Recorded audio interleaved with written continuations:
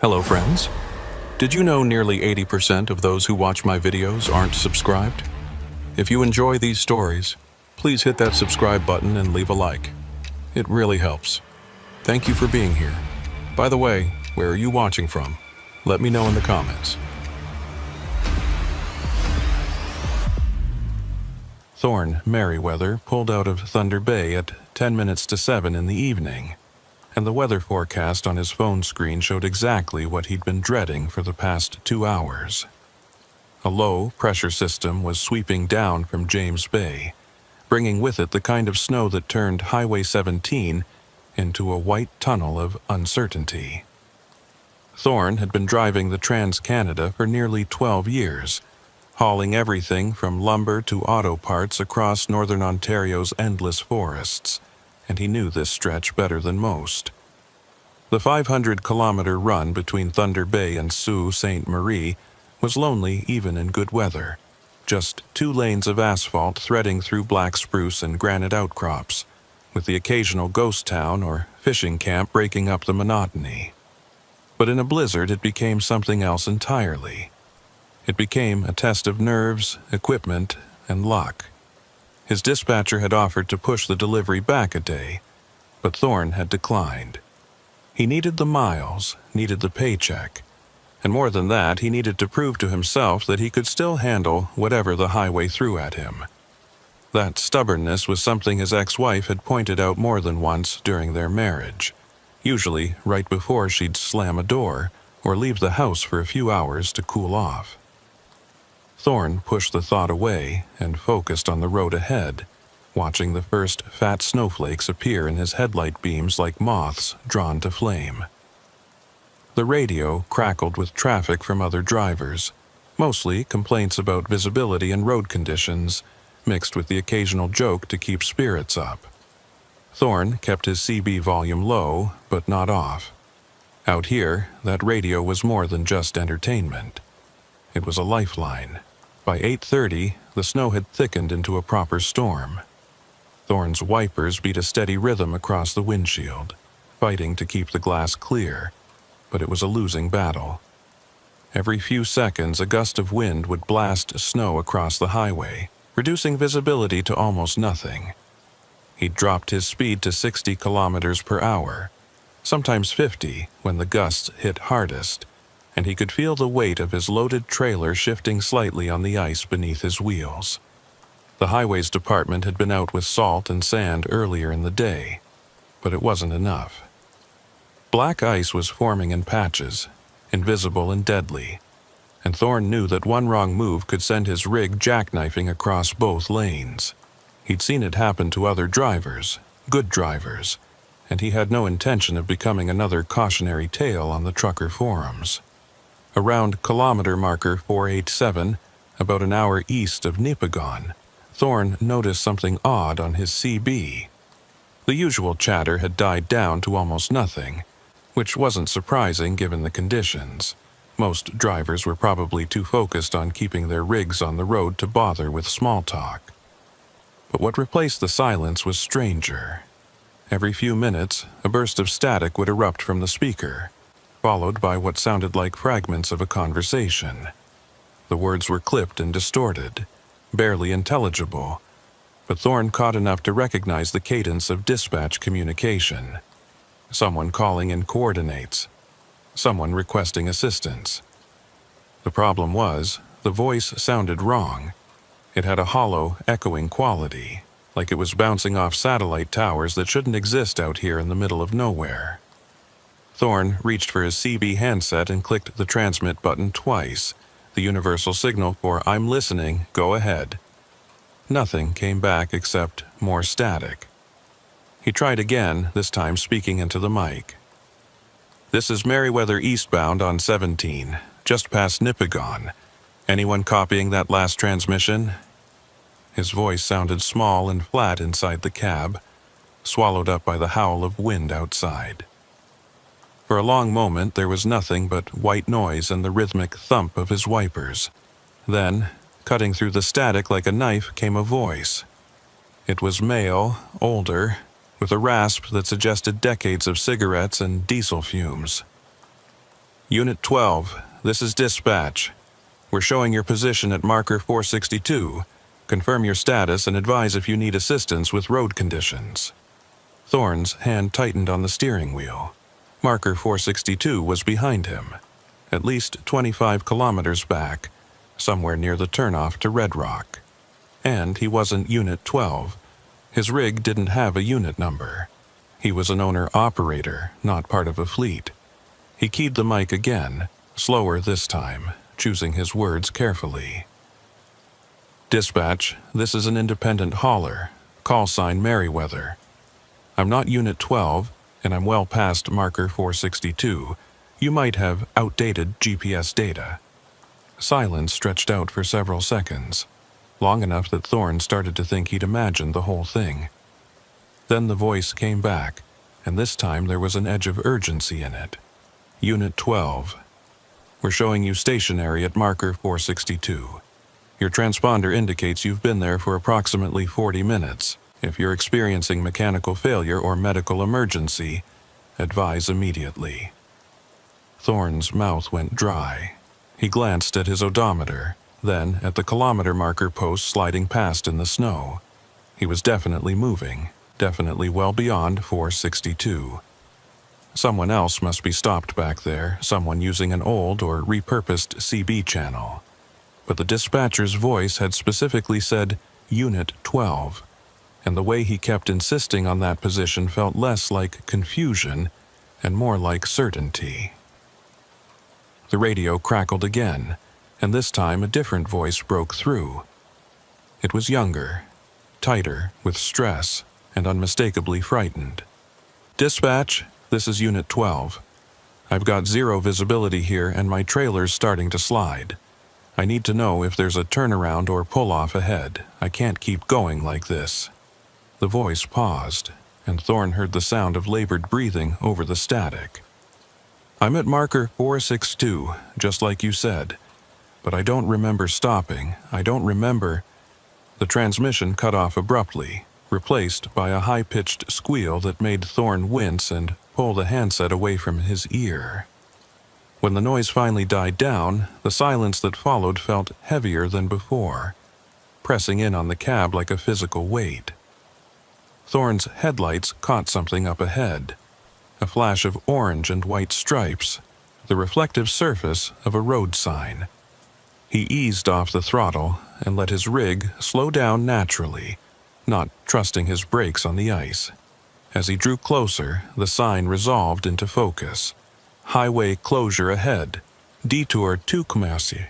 Below it, a smaller sign with an arrow pointing right, toward what looked like a secondary road branching off into the forest. Thorne had driven this stretch dozens of times, and he couldn't recall ever seeing a detour here. The only roads that branched off 17 in this area were old logging routes, most of them unmaintained and impassable in winter. He grabbed his phone from the cup holder and pulled up his Maps app, but the screen showed nothing but a spinning wheel where the road data should be. No signal, not even one bar.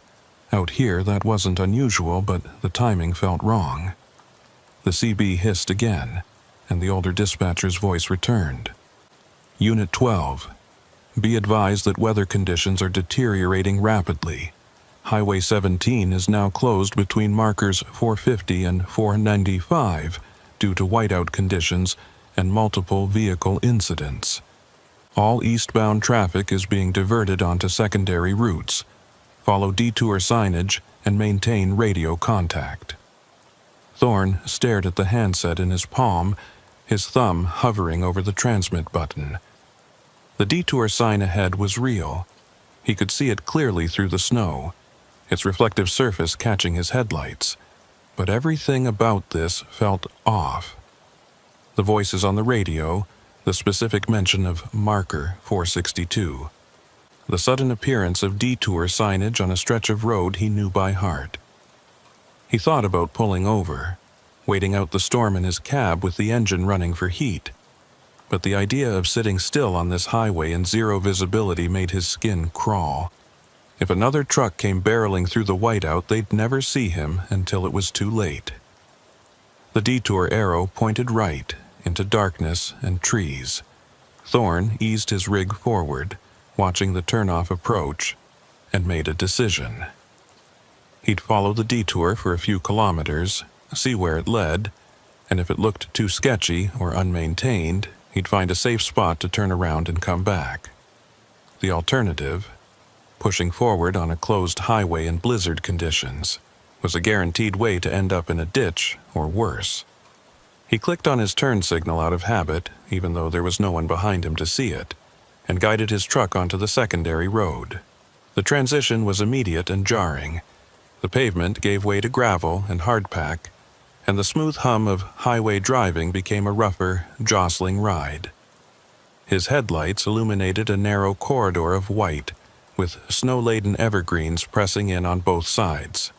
The road surface was barely visible beneath the accumulating snow, and Thorne had to rely on the faint outline of tire tracks from whoever had passed this way before him. The CB erupted with static again, louder this time, and beneath the white noise Thorne thought he heard something else. Music, maybe, or voices layered over each other in a way that didn't quite make sense. He reached over and turned the volume down, but not off. Whatever was happening on that channel, he wanted to stay aware of it even if it was just equipment malfunction or atmospheric interference.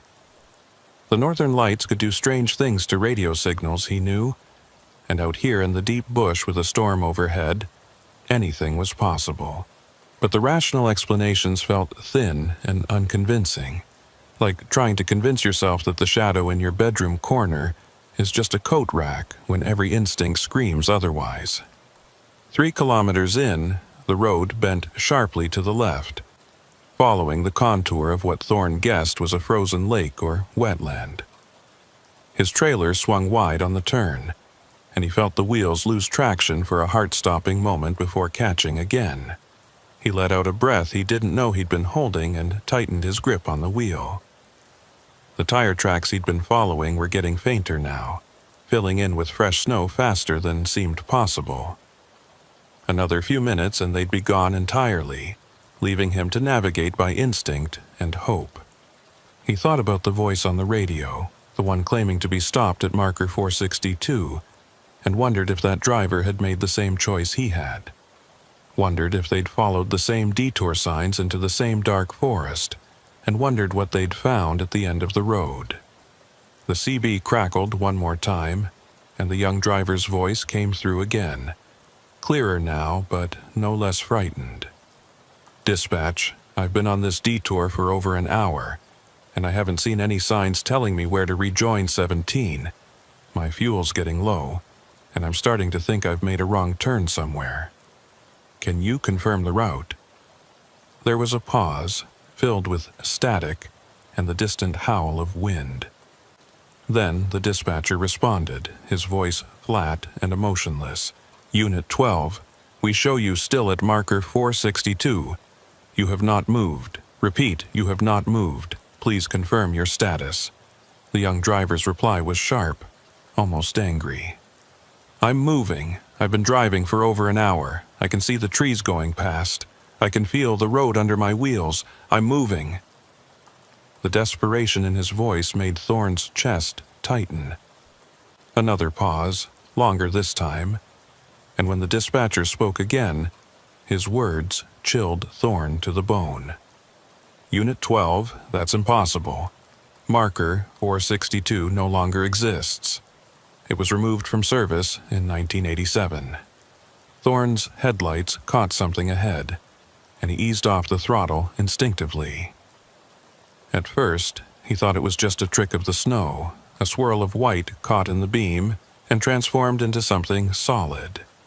But as he drew closer, the shape resolved into a figure standing at the side of the road. A woman dressed in what looked like a highway maintenance uniform, bright orange parka, reflective strips on the arms and legs, a hard hat pulled low over her face. She was holding a stop sign on a long pole, the kind used by flaggers at construction sites, and she stood perfectly still despite the wind and snow battering everything around her.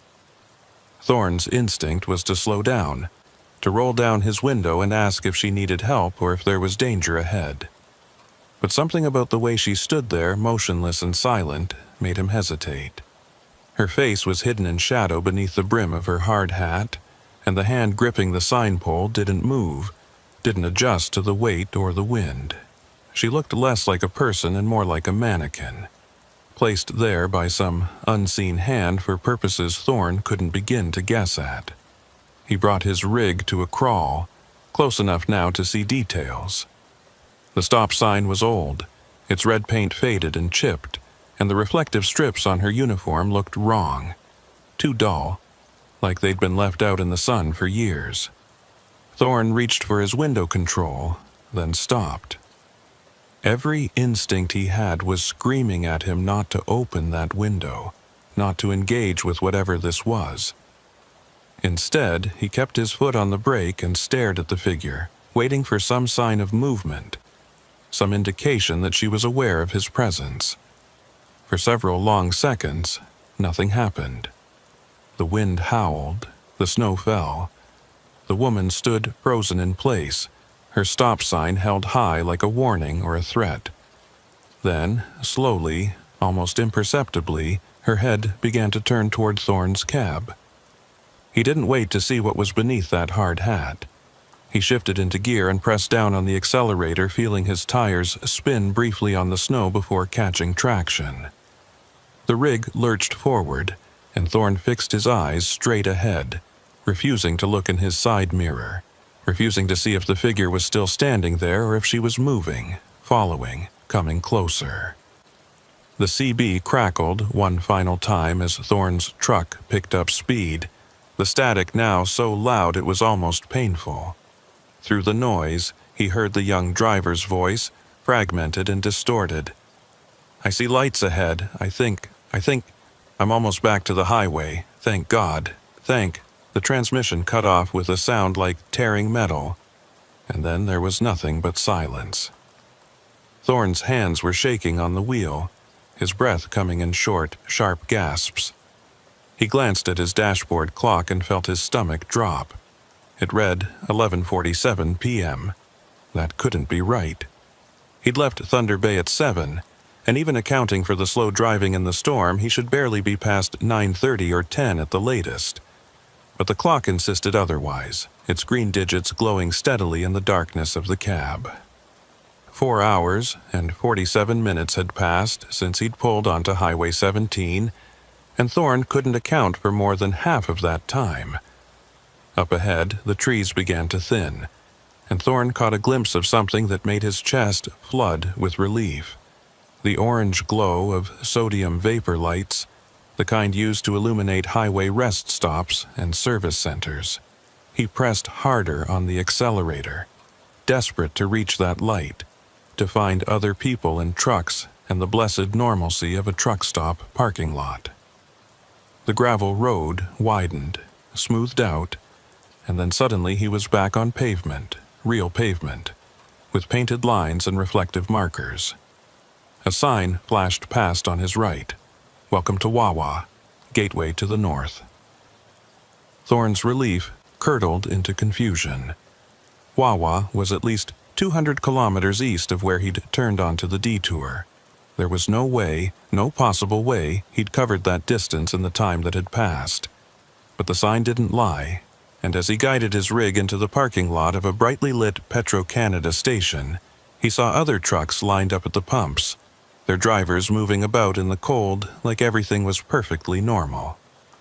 Thorne pulled into an empty spot, killed the engine, and sat in the sudden silence of his cab. His hands were still shaking. His mouth was dry. The CB radio sat quiet on its mount. No static, no voices, nothing but the soft crackle of dead air. He looked at his logbook, the physical one he kept for backup, even though everything was digital now, and opened it to today's page. The last entry he'd made was at 7:15 p.m., noting his departure from Thunder Bay.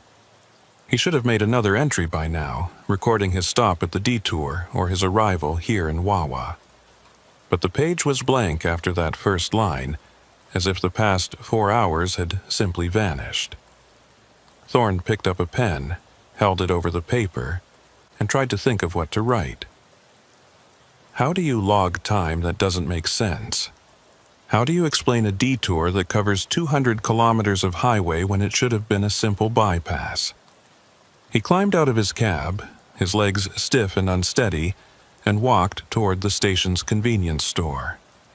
The cold hit him like a slap, and he pulled his jacket tighter around his chest.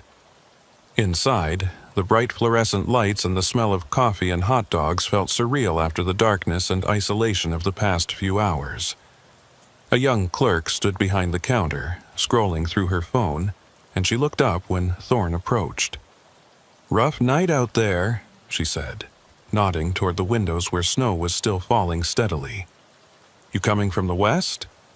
Thorne nodded, not trusting his voice yet. The clerk continued, oblivious to his discomfort. "Highway 17's been closed since about 8:30. Multiple pileups near Nipigon. You must have gotten through just before they shut it down." Thorne found his voice, though it came out rougher than he intended. "I took a detour. Signs said the highway was closed, directed me onto a secondary road." The clerk frowned, her finger pausing on her phone screen. "A detour? I haven't heard anything about detours." The closure notice just said all traffic was being turned back at the way station. She tapped her phone a few times, pulling up what looked like a highway information app. "Yeah, see? No detours listed. They're just telling people to wait it out or find a hotel." Thorne felt the floor tilt slightly beneath his feet. He steadied himself against the counter and tried to keep his voice calm. There were signs, big orange signs with arrows, directing eastbound traffic onto a secondary road. I followed them for, he stopped, unsure how to finish that sentence. I followed them for a while. The clerk looked at him with something between concern and suspicion. "Are you okay? You look kind of pale. Do you need me to call someone?" Thorne shook his head quickly. No, I'm fine. Just need coffee. Strong coffee." He paid for the largest cup they had and walked back out to his truck, the steam rising from the cup in ghostly wisps. The parking lot was full now, at least 20 rigs lined up in neat rows, their drivers either sleeping in their cabs or gathered inside the station for warmth and company. Thorne climbed back into his own cab and pulled out his phone. Still no signal, which was strange given that he was in a town with visible cell towers. He tried calling his dispatcher anyway, just to leave a voicemail explaining the situation, but the call wouldn't connect. Just a spinning wheel on the screen and then an error message. Network unavailable. He tried texting instead, thumbs clumsy on the small keyboard. Made it to Wawa. Weird night. We'll explain later. The message hung in limbo for several seconds before finally showing sent, but Thorne had no confidence it would actually reach its destination. He sat in the driver's seat, sipping his coffee and staring out at the falling snow, trying to piece together what had happened. The detour signs, the voices on the CB, the woman with the stop sign, the missing hours. None of it made sense individually, and together it formed a picture so strange and unsettling that his mind kept trying to reject it. There had to be a rational explanation. Equipment malfunction, atmospheric conditions playing tricks with radio signals, fatigue making him lose track of time. The problem was, none of those explanations felt adequate. They felt like excuses, like ways to avoid acknowledging the wrongness of what he'd experienced. Thorne thought about the young driver on the radio, the one who claimed to be moving but who dispatch insisted was stationary at a marker that no longer existed. He wondered if that driver had ever made it off Highway 17, or if he was still out there somewhere following a road that shouldn't exist, broadcasting on a frequency that no one could hear. The coffee was hot and bitter, and Thorne drank it quickly, letting it burn away the chill that had settled into his bones. He'd have to file a report with his insurance company, he realized, explaining the gap in his logbook and the impossible distance his truck had somehow covered. They'd probably flag it as suspicious, maybe even accuse him of falsifying records or running off book to avoid hours of service regulations. But what else could he do? Lie about where he'd been? Pretend the detour never happened? That felt worse somehow, like denying reality would give whatever he'd encountered more power, more validity. He finished the coffee and crushed the cup, tossing it into the plastic bag he kept for trash. Then he pulled out his logbook and pen, and after a long moment of hesitation he wrote, 11:47 p.m. Arrived Wawa via unscheduled detour. Details unclear. Vehicle and cargo secure. Outside, the snow continued to fall, blanketing the parking lot in white. Thorne reclined his seat and closed his eyes, but sleep wouldn't come. Every time he started to drift off, he'd jerk awake with the image of that woman in his mind, the highway maintenance worker with the stop sign, standing motionless in the storm. He'd see her face, or rather, the absence of her face, just shadow and darkness beneath the brim of that hard hat. And he'd hear the dispatcher's voice, flat and certain. Marker 462 no longer exists. It was removed from service in 1987. Thorne didn't know what that meant, didn't know if it meant anything at all. But he knew one thing with absolute certainty. He would never take that stretch of Highway 17 at night again. Not in a storm, not in clear weather, not for any amount of money.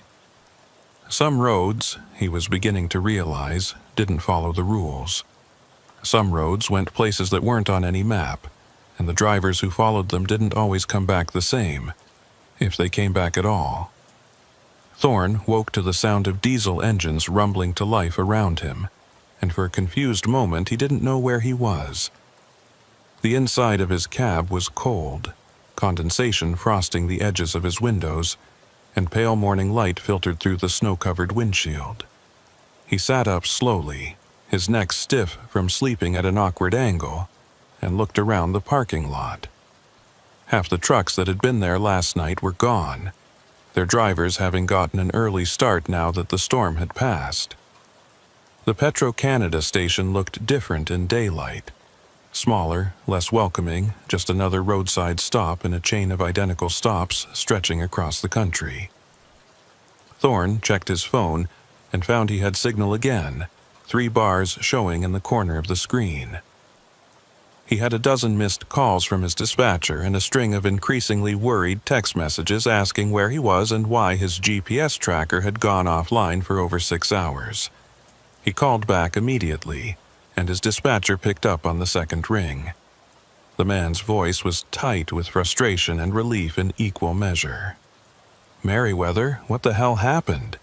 Your tracker showed you leaving Thunder Bay and then nothing. Just a blank spot on the map until you popped back up in Wawa 4 hours later. Did you have equipment failure?" Thorne rubbed his eyes, trying to organize his thoughts into something that wouldn't sound insane. "I hit the storm on 17, got diverted onto a detour because of highway closure. My phone lost signal, GPS must have cut out. I made it to Wawa and pulled in here to wait out the weather." There was a long pause on the other end of the line, and Thorne could hear the clicking of computer keys. "I'm not showing any official detour on Highway 17 last night. The highway was closed at Nipigon, yeah, but all eastbound traffic was being turned around and sent back west. No detours were authorized." Thorne's grip tightened on his phone. There were signs. Big orange reflective signs with arrows. I followed them because I wasn't going to sit in whiteout conditions on a closed highway. More clicking sounds, and then his dispatcher's voice came back, quieter now, more concerned. "Thorne, listen to me carefully. What kind of signs? Who put them up?" The question hung in the air between them, and Thorne realized he didn't have an answer. He'd assumed they were official highway department signs, but thinking back, he couldn't recall seeing any logos or official markings. Just orange and white, arrows pointing into the darkness. "I don't know," he admitted finally. "I thought they were legit. They looked real enough." His dispatcher sighed, the sound crackling through the phone's speaker. "Look, I'm going to need you to file a detailed incident report when you get to your delivery point. The client's already pissed about the delay, but I can smooth that over. What I can't explain is a 6-hour GPS blackout and 200 kilometers covered in half the time it should have taken. That's going to raise flags with the insurance company and maybe with the MTO if they decide to look into it." Thorne ended the call feeling worse than before, and he sat in his cab staring at the dashboard instruments as if they might provide some answers. His tachograph, the digital device that recorded his driving hours, speeds, and distances, showed a strange gap in its data logs. According to the readout, he'd been driving continuously from 7:15 p.m. until 11:47 p.m., covering 237 kilometers at an average speed that shouldn't have been possible given the storm conditions. But the weird part was the fuel consumption data. His tank level showed almost exactly what it should have for the distance traveled, which meant his engine had been running, his wheels had been turning, and yet somehow he'd moved through space faster than the conditions should have allowed. Thorne pulled out his paper logbook again and flipped back through previous entries, looking for something, anything that might make sense of what had happened. His eyes landed on an entry from 3 weeks ago, a note he'd scribbled in the margins while waiting at a truck stop in Kenora. Talked to old-timer about Highway 17 ghost stories. Said there used to be a marker 462 near Red Rock, site of bad accident in the 80s. Marker removed after families complained. The memory came flooding back now. He'd been having coffee in a diner when an elderly trucker at the next table overheard him talking about his route and struck up a conversation. The old man had been driving Northern Ontario routes since the 1970s, back when the Trans-Canada was still being upgraded and expanded, and he'd told Thorne about a massive pile-up that had happened during a November blizzard in 1986. 7 vehicles involved, including 3 transport trucks, and the final death toll had been 14 people. The accident happened at a spot marked by kilometer post 462, and in the aftermath, families of the victims had petitioned to have the marker removed and renumbered. They didn't want a permanent reminder of where their loved ones had died, didn't want other drivers slowing down to gawk at the site. The highway department had complied, and marker 462 simply ceased to exist. The road went from 461 to 463, with that kilometer of asphalt becoming a kind of official blank space on the map. Thorne hadn't thought much about the story at the time. Every highway had its share of tragedy and ghost stories, and he'd heard dozens of them over the years. But now, remembering the voice on the CB radio insisting that Unit 12 was stopped at marker 462, the story took on a darker significance. He pulled out his phone and did a search for Highway 17 Accident 1986 Red Rock, and the results that came back made his stomach clench. There had indeed been a major accident, and the details matched what the old trucker had told him. But there was one additional piece of information that Thorne hadn't heard before. One of the trucks involved in the pileup had been hauling chemicals, and the impact had ruptured the tank, spilling its contents across the highway and into the surrounding forest. The chemical was never fully identified in the news reports, just described as hazardous industrial solvent, but the cleanup had taken weeks and required the highway to be closed for an extended period. Thorne scrolled through more search results and found a scanned newspaper article from 1987 discussing the marker removal and the memorial service held for the victims. At the bottom of the article was a list of names, and one of them made Thorne's blood run cold. Elgin Rousseau, 53, dispatcher for Northern Ontario Transport Services. Thorne stared at the name, trying to convince himself it was a coincidence, but his hands had started shaking again. The voice on the CB, The one that had been communicating with Unit 12 had sounded exactly like what Thorne would imagine a veteran dispatcher to sound like. Gravelly, authoritative, with that particular cadence that came from decades of radio communication. He thought about that voice saying, "Unit 12, we show you still at marker 462. You have not moved." And he thought about the younger voice responding in panic and confusion, insisting that he was moving, that he could see the trees going by. Thorne closed the browser on his phone and took several deep breaths, trying to slow his racing heart. There had to be an explanation. Radio signals bouncing off the ionosphere could pick up transmissions from years or even decades ago under the right atmospheric conditions. He'd heard about that phenomenon, something called skip, or propagation, where CB signals traveled thousands of miles and arrived delayed and distorted.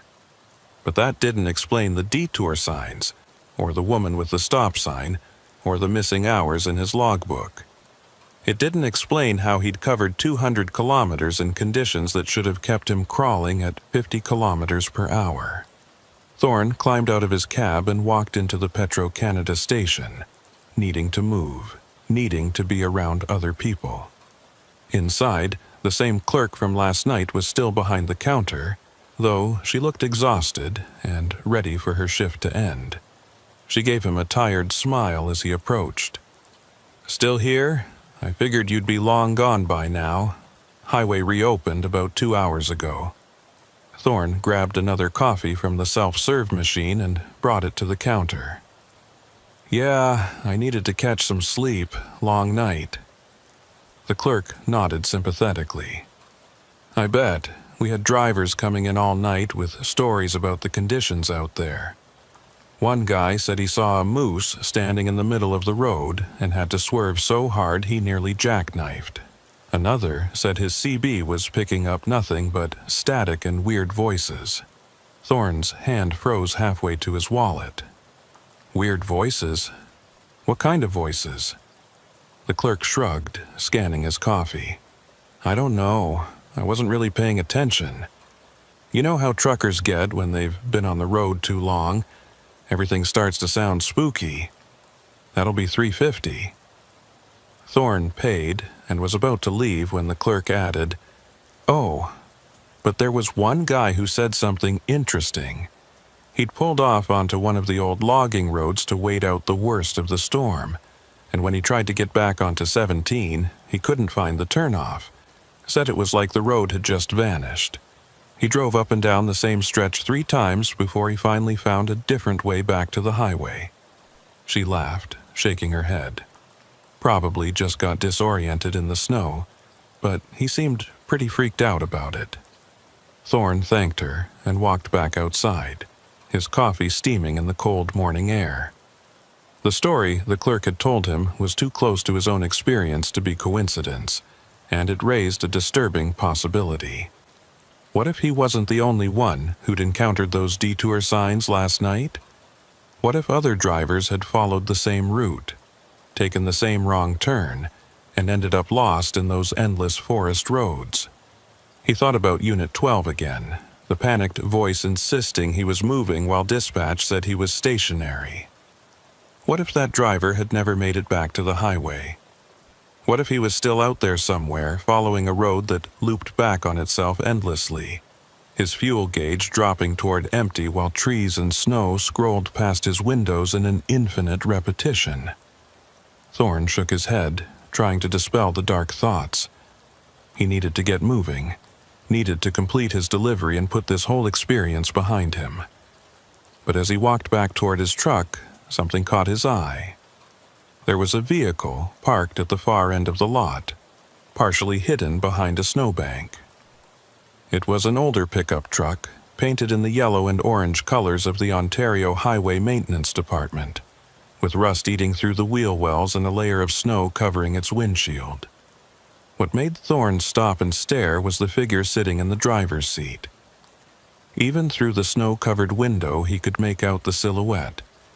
A person wearing what looked like a hard hat, sitting perfectly still, not moving at all, despite the fact that the truck's engine clearly wasn't running. Thorne took a few steps closer, his boots crunching in the fresh snow, and the figure's head turned slightly toward him. For just a moment, he thought he saw the same shadowed face from last night, the absence of features beneath the brim of that hard hat. But then a gust of wind blew snow across the parking lot, momentarily obscuring his view, and when it cleared, the truck was empty. No figure in the driver's seat, no sign that anyone had been there at all. Just an abandoned maintenance vehicle, probably left there months or even years ago and forgotten. Thorne stood frozen for several long seconds, staring at the empty truck before forcing himself to turn away and continue toward his own rig. His imagination was running wild now, seeing patterns and connections where none existed. Lack of sleep and stress were making him paranoid, that was all. He needed to get back on the road, complete his delivery, and take a few days off to clear his head.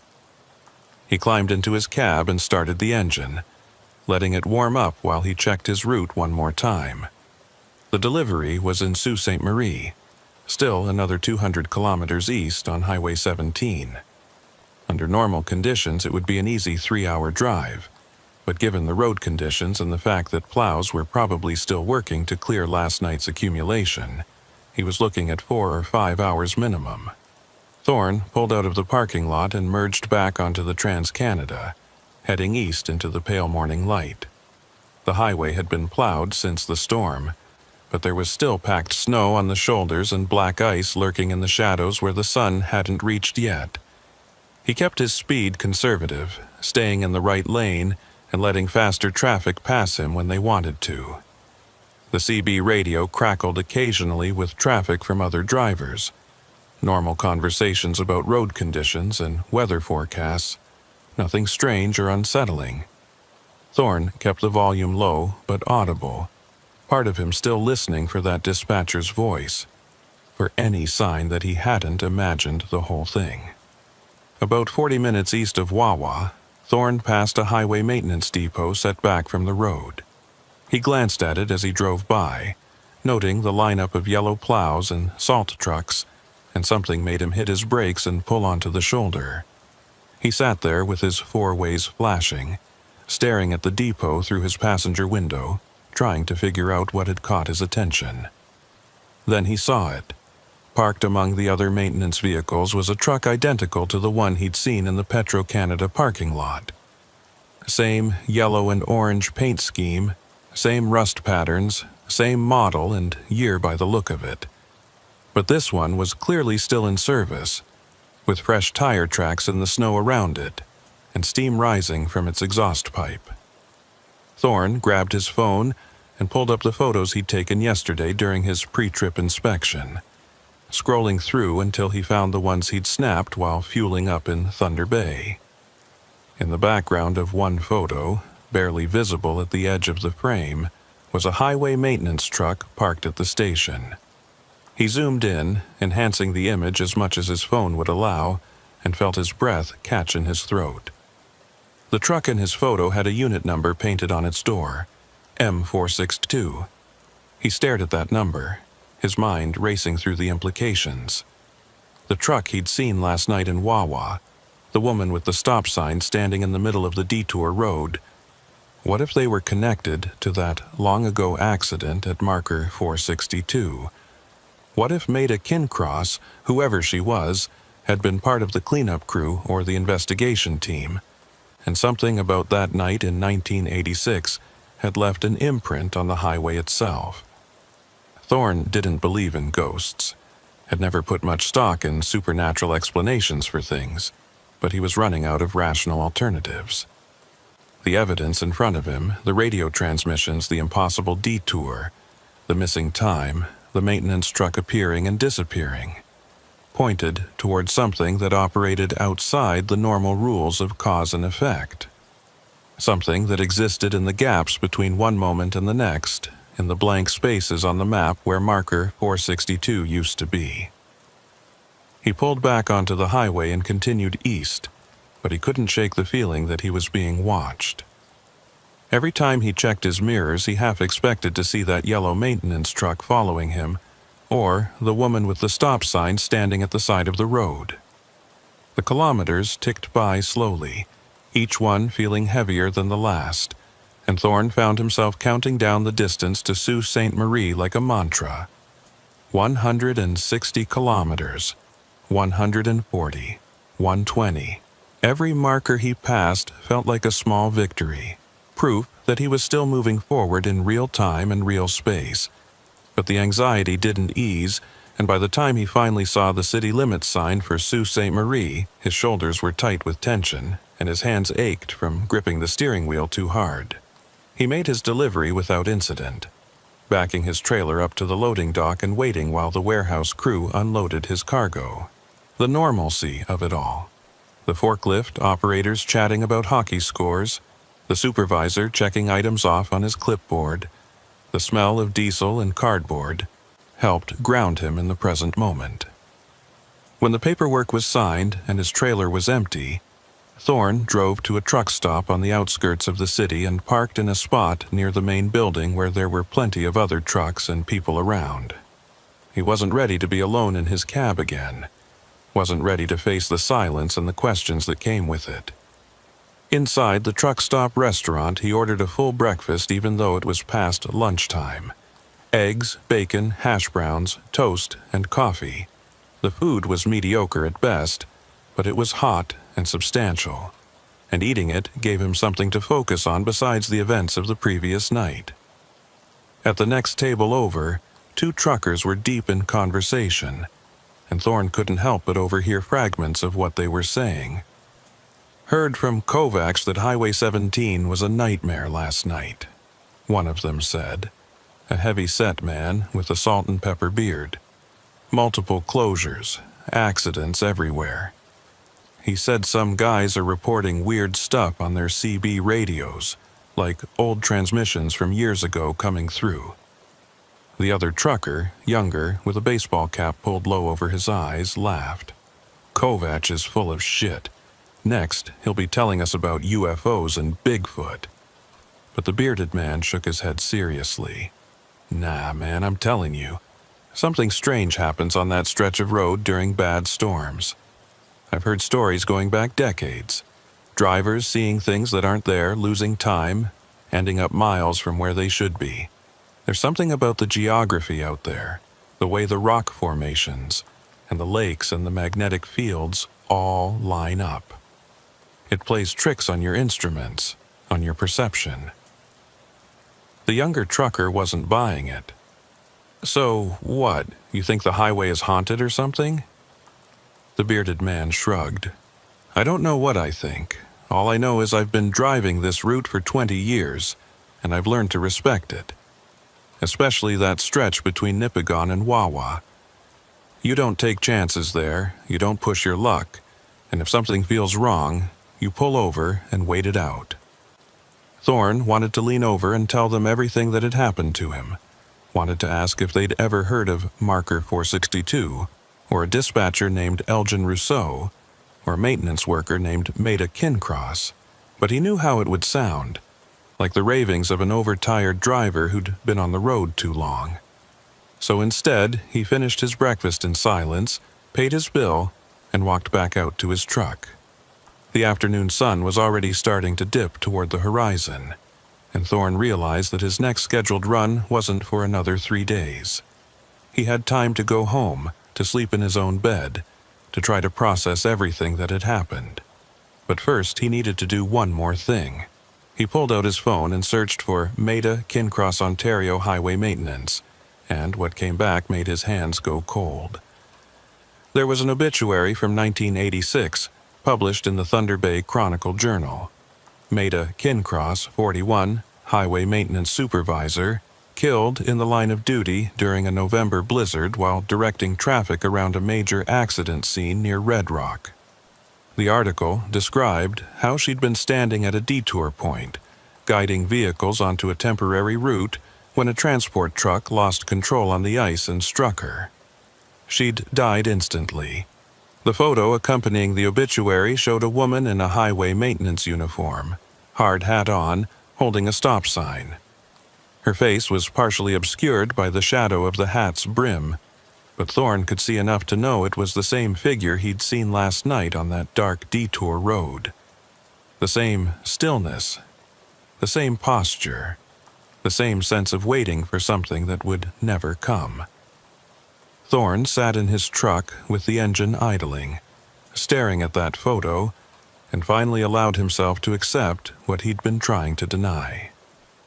Whatever had happened to him on Highway 17 last night hadn't been equipment malfunction or atmospheric interference or fatigue-induced hallucination. He'd driven through something else entirely, some echo of that terrible night in 1986 when 14 people died and the highway swallowed a piece of itself. He'd followed detour signs that Maida Kincross had put up 37 years ago, had driven on roads that shouldn't exist anymore, and had somehow emerged on the other side with nothing but missing time and questions that had no good answers. He put his truck in gear and headed for the highway on-ramp, pointing west toward home. The drive would take him back through the same stretch of Highway 17 where everything had gone wrong, but this time he'd do it in daylight. And this time he'd be ready for anything. Or so he told himself. As the kilometers unwound behind him and the sun sank lower in the sky, Thorne kept his eyes on the road ahead and his hand near the CB radio, listening for voices that shouldn't exist. And somewhere in the back of his mind, he couldn't stop thinking about Unit 12, about that young driver who'd insisted he was moving while dispatch said he was stationary at a marker that no longer existed. Thorne wondered if that driver had ever found his way out of the detour, or if he was still out there somewhere, trapped in an endless loop of snow and darkness, following signs that led nowhere. The thought made him press a little harder on the accelerator, eager to put miles between himself and whatever haunted that section of highway. But even as he drove, he knew he'd never really leave it behind. Some roads get into your head and stay there, and Highway 17 was now one of them. The westbound drive back through northern Ontario should have been routine, but Thorne found himself gripping the steering wheel tighter every time he approached a kilometer marker in the 450s and 460s. The afternoon sun cast long shadows across the highway, and the snowbanks on either side of the road looked like frozen waves, sculpted by the wind into shapes that seemed almost intentional. He'd left Sault Ste. Marie just after 2 in the afternoon, and the plan was to make it back to Thunder Bay by evening, stopping only for fuel and mandatory rest breaks. But as he drew closer to the stretch of highway where everything had gone wrong the night before, Thorne felt an almost physical resistance, like his truck was pushing against an invisible current. The rational part of his mind told him it was just the wind, just the residual effects of the storm, but his gut knew better. Something about this section of road had changed for him, and he wasn't sure he'd ever be able to drive it the same way again. Around kilometer marker 470, Thorne's CB radio crackled to life with normal traffic. A westbound driver asking about road conditions ahead, another responding that it was clear sailing all the way to Thunder Bay. Thorne listened without contributing, his thumb resting on the transmit button but never quite pressing it. He wasn't ready to engage with other drivers yet. Wasn't ready to pretend that everything was normal when his logbook still had that unexplained gap, and his tachograph data still showed impossible travel times. The company he contracted for had been understanding so far, but he knew questions would come eventually. Insurance companies didn't like mysteries, and neither did the Ministry of Transportation. Someone would want answers, and Thorne had nothing to give them except a story that sounded like it belonged on a late-night radio show about paranormal experiences. He could already imagine the skeptical looks, the suggestions that maybe he needed a mental health evaluation, the possibility that his commercial driver's license could be suspended pending investigation. He passed the exit for Wawa and felt a small surge of relief that he hadn't needed to stop there again. The town looked different in daylight, less threatening, more mundane, but Thorne couldn't shake the memory of that maintenance truck in the parking lot. the figure that had been there and then wasn't. He checked his mirrors compulsively now, scanning for yellow vehicles, for anyone who might be following him, and he knew the paranoia was getting worse rather than better. This was how accidents happened, he reminded himself. This was how good drivers ended up in ditches, or worse, because they were too distracted by their own thoughts to focus on the road.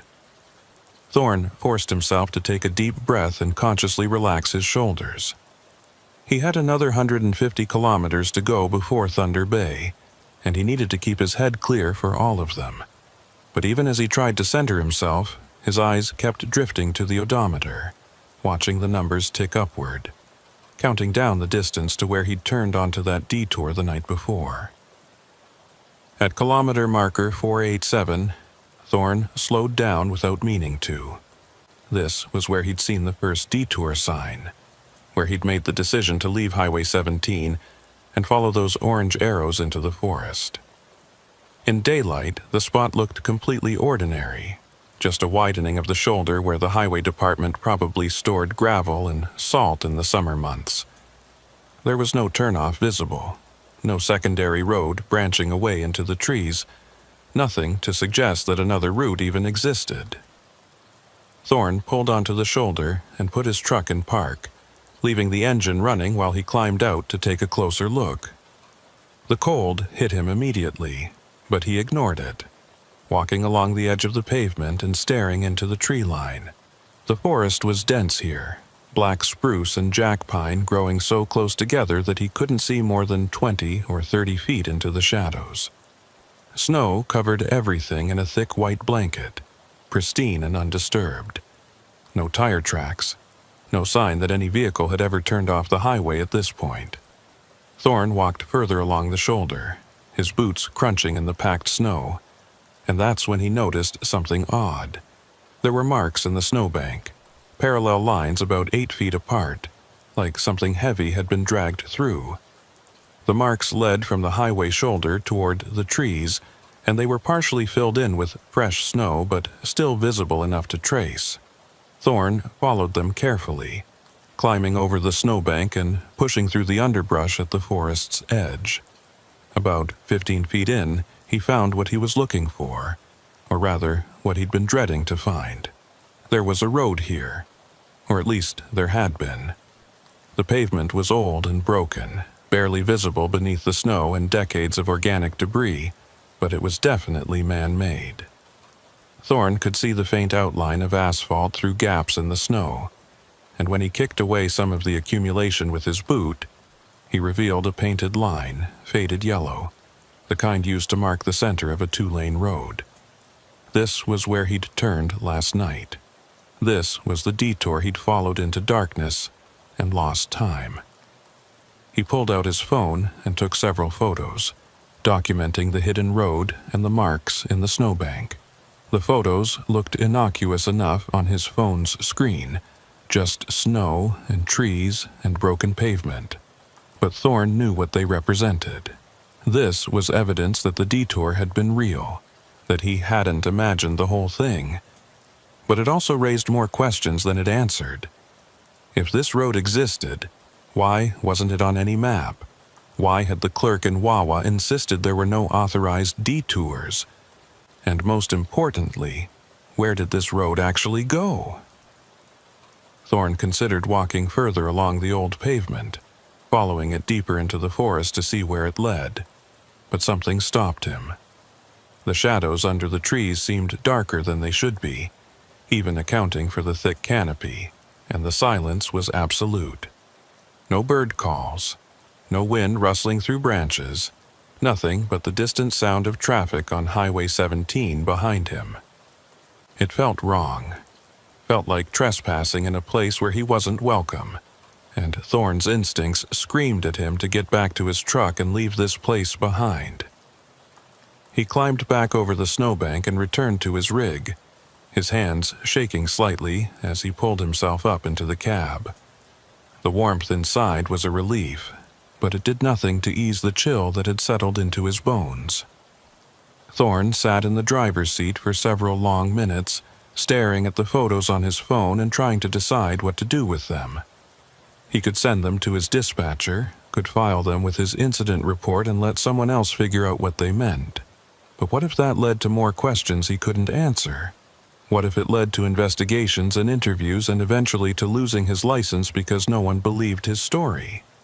The alternative was to delete the photos and say nothing, to pretend the detour had been a figment of storm-induced confusion, and to carry the weight of what he'd experienced alone. Neither option felt right. But Thorne wasn't sure he had the strength to fight for the truth when the truth itself was so slippery and strange. He pulled back onto the highway and continued west, but his mind kept returning to that hidden road and the question of where it went. According to his tachograph, he'd driven for over 4 hours on that detour, covering more than 200 kilometers at speeds that shouldn't have been possible on an old logging road in the middle of a blizzard. The math didn't work, the physics didn't work, and yet his truck's instruments insisted it had happened. Thorne thought about the maintenance worker he'd seen standing in the middle of the road, Maida Kincross in her orange parka and hard hat, holding that stop sign like a barrier between one world and another. He thought about the obituary he'd found, the description of how she'd died directing traffic around an accident scene. What if she was still doing that even now? What if some part of her remained at her post, still trying to save drivers from the same fate that had killed 14 people in 1986? The idea should have been comforting in a strange way, but instead it filled Thorne with a deep sadness. If his theory was right, then Maida Kincross had been trapped on that road for 37 years, reliving the same terrible night over and over, unable to rest or move on. About 20 kilometers past the hidden turnoff, Thorne's CB radio erupted with a burst of static so loud and sudden that he nearly swerved into the other lane. He reached over and turned down the volume, but the static continued, punctuated now by that same hollow voice he'd heard the night before. Unit 12, this is dispatch. Your transponder shows anomalous readings. Please confirm your current kilometer marker and direction of travel. Thorne's blood went cold. He grabbed the handset, almost dropping it in his haste, and keyed the transmit button. This is Merriweather, westbound at marker 468. Who is this? What frequency are you broadcasting on? The static intensified for a moment, then cleared slightly, and the dispatcher's voice came through with eerie clarity. Merriweather, you are not authorized on this channel. Please switch to public frequency and maintain radio silence. Before Thorne could respond, a different voice cut in. Younger. Panicked. The same one from last night. I can see lights behind me now. Someone's following me. Dispatch, there's another vehicle on this road and they're gaining on me fast. Thorne's eyes shot to his mirrors, scanning the highway behind him, but there was nothing there except empty pavement and the last light of the setting sun. The voice on the radio continued, breathless and terrified. They're right on my bumper now. They're flashing their lights. I don't know what they want. The transmission cut off with a sound like tearing metal, the same sound Thorne had heard last night, and then there was nothing but the soft hiss of dead air. Thorne stared at the CB radio, his heart hammering in his chest, and without thinking he pressed the transmit button again. Unit 12, if you can hear me, get off that road. Find a place to turn around, get back to the highway. That road doesn't go anywhere good. Silence stretched out for what felt like an eternity, and Thorne was about to try again when a response crackled through. Who is this? How do you know about the road? The young driver's voice was suspicious now, edged with fear and confusion. Dispatch said I was the only unit in this sector. Thorne chose his words carefully, aware that he might be talking to an echo, a recording, something that existed outside normal time. My name is Thorne Merriweather. I'm a trucker, same as you. I drove that same detour last night during the storm and I made it out. You can too, but you need to turn around now. Another long pause, and when the voice came back it sounded younger than before, almost childlike in its vulnerability. "I don't know how to turn around. The road's too narrow, and there's something wrong with my instruments. My GPS is showing me in the middle of Lake Superior, and my odometer stopped working about an hour ago. I don't even know how much fuel I have left." Thorne's grip tightened on the handset. "Listen to me very carefully. Stop your truck wherever you are right now. Don't drive any further. Set your parking brake and turn on your four-ways. Can you do that?" He heard the sound of air brakes hissing through the static, then the young driver's voice again. "Okay, I'm stopped. Now what?" Thorne wasn't sure how to answer that question. He'd made it out of the detour, but he didn't know how or why. He'd just kept driving until the road deposited him back on Highway 17, hours and kilometers from where he should have been.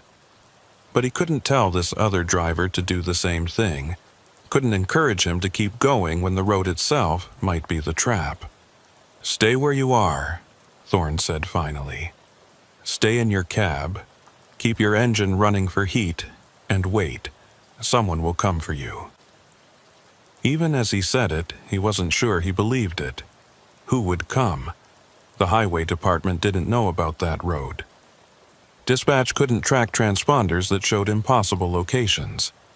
And if the young driver was actually calling from 1986, trapped in the same loop as Elgin Rousseau, and made a kin-cross, then no help was coming. No help had ever come.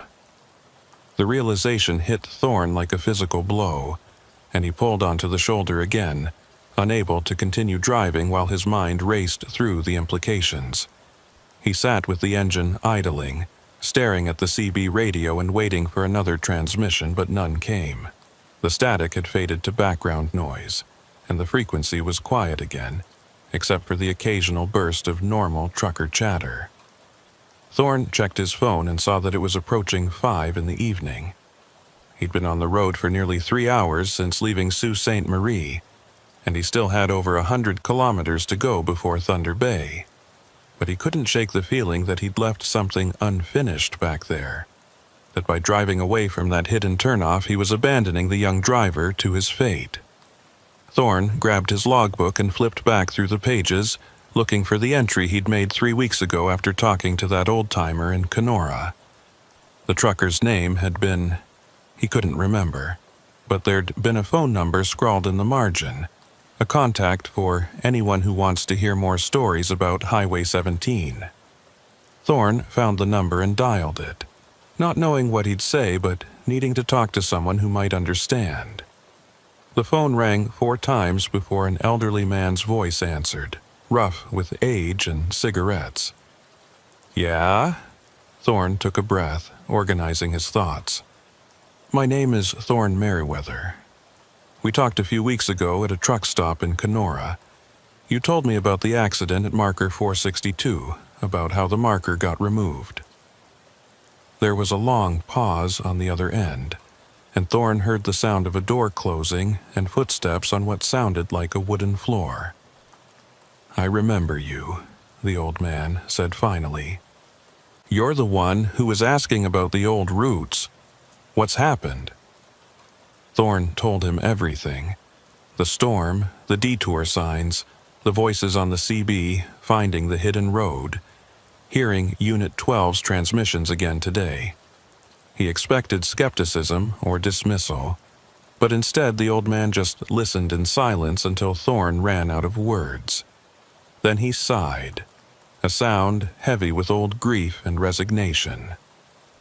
"You drove the ghost road," the old man said. "I've heard about it from maybe half a dozen drivers over the years. Most of them don't talk about it, don't want people thinking they've lost their minds, but it's real, or real enough anyway." Thorne's hand tightened on his phone. "What is it? What's actually happening out there?" The old man was quiet for a moment, and when he spoke again, his voice was careful, measured. "Near as I can figure, that accident in '86 did something to the highway. Maybe it was the chemicals that spilled. Maybe it was just the sheer amount of death and suffering concentrated in one spot. But that stretch of road between Nipigon and Wawa, it's not entirely stable anymore. During bad storms, when conditions match what they were like that night, the road remembers.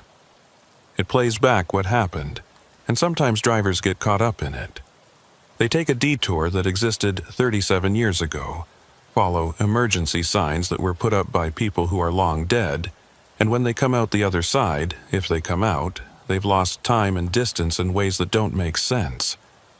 Thorne thought about his tachograph readings, his GPS blackout, the impossible average speed.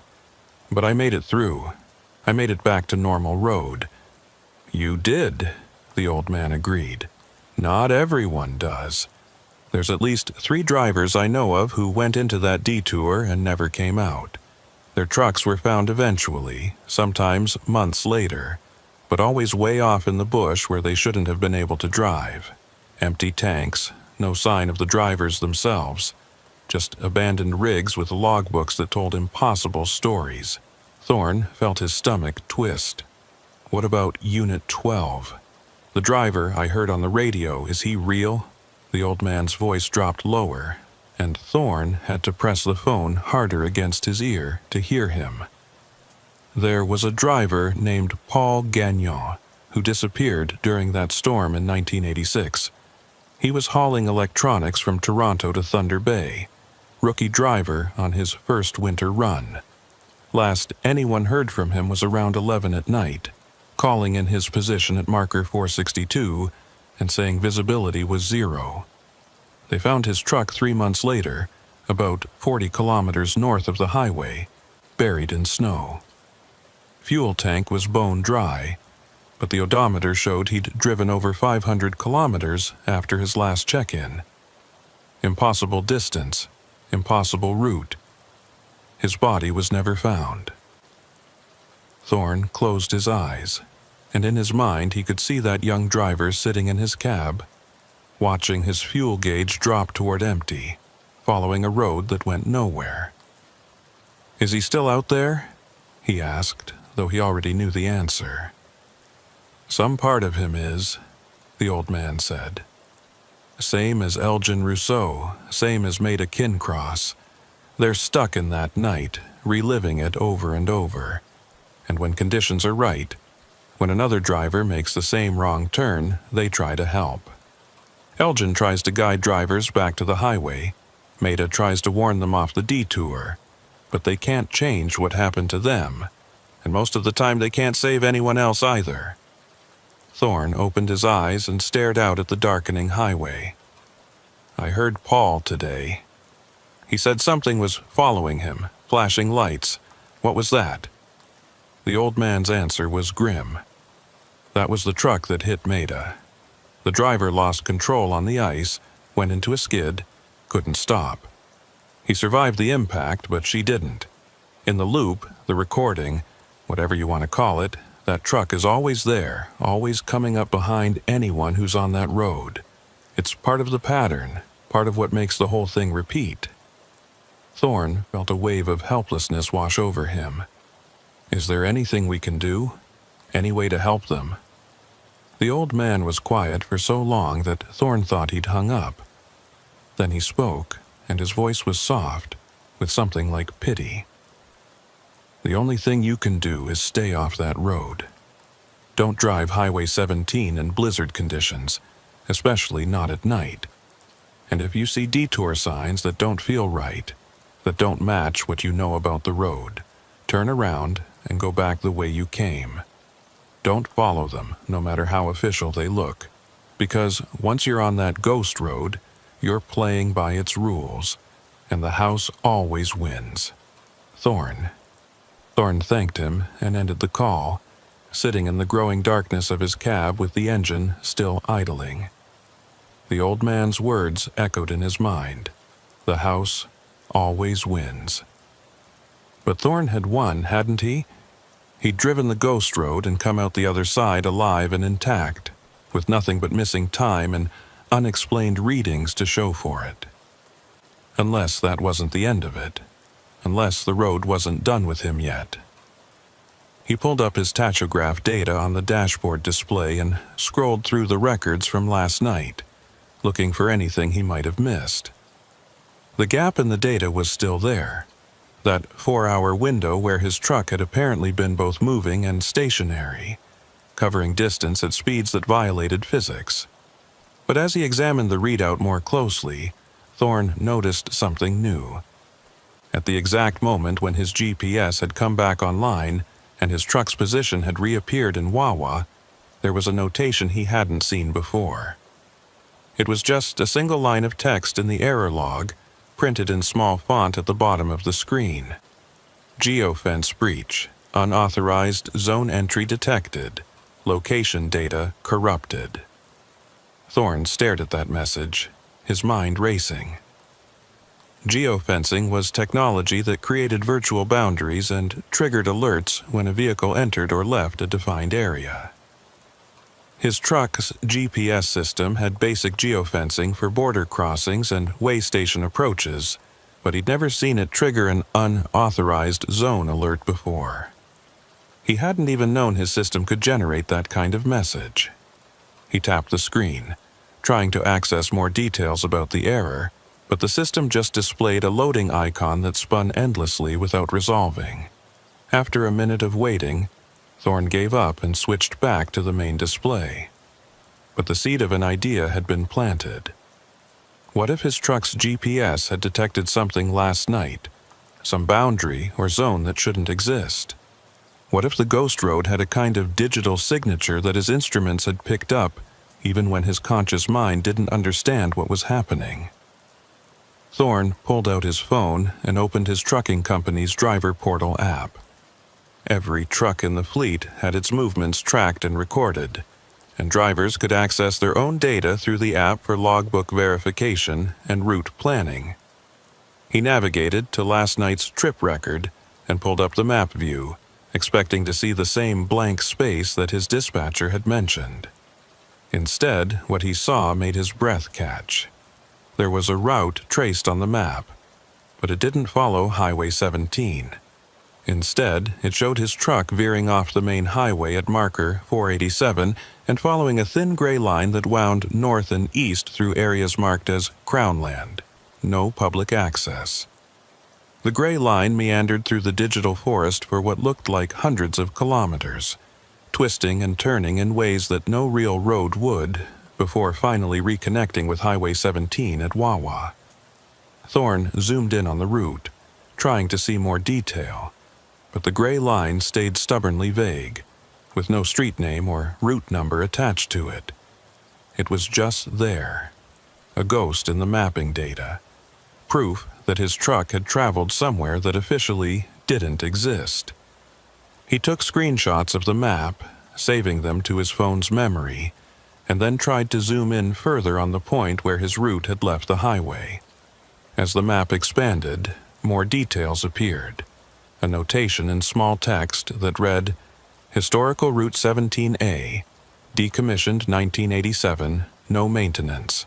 Thorne felt his pulse quicken. Route 17A. That was the detour he'd followed, the road that had deposited him in Wawa hours and kilometers from where he should have been. But if it was decommissioned in 1987, why did it still exist in his GPS data? Why could his truck navigate it successfully enough to record a complete route? He saved the screenshots and then opened his photo gallery, pulling up the images he'd taken earlier of the hidden road at marker 487. When he looked at them now, with the knowledge of what that road was, the photos took on a darker quality. The broken pavement, the faded yellow line, the marks in the snow that suggested recent passage, all of it pointed to a road that existed in multiple states at once. Physically present, but officially absent, decommissioned, but still navigable. Dead, but not yet buried. Thorne thought about Paul Gagnon driving that road in 1986, following what he thought was a legitimate detour around an accident scene, and ending up 40 kilometers off course with an empty tank and no way home. He thought about the other drivers the old man had mentioned, the ones who'd vanished into the bush and left nothing behind but abandoned trucks and impossible logbook entries. And he thought about himself, about how close he'd come to joining them. The only thing that had saved him was dumb luck, or maybe divine intervention, being able to keep his truck moving forward until the loop spit him out. As darkness settled fully over the highway, Thorne made a decision. He would continue west to Thunder Bay tonight, but tomorrow he would go to the Ontario Provincial Police Detachment and file a formal report about what he'd experienced. He would show them the photos, the GPS data, the tachograph readings, everything. Let them think he was crazy if they wanted to. Let them suspend his license or mandate a psychological evaluation. It didn't matter anymore because keeping silent felt like being complicit in a trap that would catch other drivers. If there was even a chance that his testimony could prevent someone else from making that wrong turn, from following those detour signs into oblivion, then it was worth whatever consequences came his way. He pulled back onto Highway 17 and drove west into the gathering night, watching his mirrors more carefully than ever before. The kilometers passed slowly, each marker bringing him closer to the safety of Thunder Bay and further from the stretch of road where reality bent in ways it shouldn't. But even as distance accumulated behind him, Thorne couldn't shake the feeling that he was still connected to that place, still tied to the ghost road by invisible threads that would never fully break. His CB radio remained quiet for the rest of the drive. No static, no phantom voices, just the normal chatter of drivers discussing weather and traffic. But Thorne kept the volume up anyway, listening for any sign that Paul Gagnon or Elgin Rousseau or Maida Kincross might break through again. Some part of him hoped they would. Hoped he could hear confirmation that they were still out there, still trying to save others from their fate. But another part of him, the part that wanted to sleep soundly again and drive without fear, hoped for nothing but silence. The highway stretched ahead, reflective markers glowing in his headlights like a runway leading home, and Thorne followed them with the determination of a man who'd seen behind the curtain of normal reality and didn't much like what he'd found there. Tomorrow would bring questions and consequences, but tonight he just needed to make it home. Everything else could wait until morning. Thorne made it back to Thunder Bay just after 9 that evening, pulling into his usual parking spot at the storage yard where he kept his truck between runs. The familiar surroundings should have been comforting. The chain-link fence, the security lights casting orange pools on the gravel, the other trucks lined up in neat rows like sleeping giants. But as he climbed out of his cab and locked the door, Thorne felt no relief. Only a bone-deep exhaustion that went beyond physical tiredness. He'd been awake for nearly 40 hours straight, and the events of the past 2 days had left him hollowed out, running on nothing but coffee and nervous energy. His apartment was only a 10-minute drive away, but those 10 minutes felt like crossing a vast distance, leaving behind the world of highways and CB radios and entering a space where normal rules applied, where roads went where they were supposed to go, and time moved in predictable increments, and the dead stayed buried instead of directing traffic in endless loops. He showered until the hot water ran cold, then collapsed into bed without bothering to eat. Sleep came quickly, but brought no peace. His dreams were filled with snow and static, with yellow maintenance trucks appearing and disappearing in his mirrors, with kilometer markers that counted down instead of up. He dreamed of driving a road that curved back on itself like a Mobius strip, passing the same trees and the same rock cuts over and over, while his fuel gauge dropped inexorably toward empty. And through it all, a voice on the CB radio kept asking for his position, kept insisting he hadn't moved, kept telling him that marker 462 no longer existed. When Thorne jerked awake just after dawn, tangled in sweat-soaked sheets, the dream faded, but the unease remained. He lay in bed staring at the ceiling, listening to the ordinary sounds of morning traffic outside his window, and tried to convince himself that he was safe now, that whatever had happened on Highway 17 was behind him. By 8 o'clock, Thorne was showered again and dressed in clean clothes, sitting at his small kitchen table with his laptop open and his phone beside it. He'd spent the past hour organizing all his evidence, downloading the photos from his phone, pulling up his GPS route data, screenshotting his tachograph readings, writing out a detailed timeline of everything that had happened. The document he'd created was 12 pages long, methodical and precise, leaving nothing out. He included the conversation with the old trucker, the research he'd done on the 1986 accident, the obituaries for Elgin Rousseau and Maida Kincross, and the missing person report for Paul Gagnon. It read like a case file, like something a detective might compile, and Thorne hoped that the sheer weight of documentation would lend credibility to a story that otherwise sounded unhinged. At 9:30, he drove to the Ontario Provincial Police Detachment on Balmoral Street, carrying a USB drive with all his files and a printed copy of his report in a manila folder.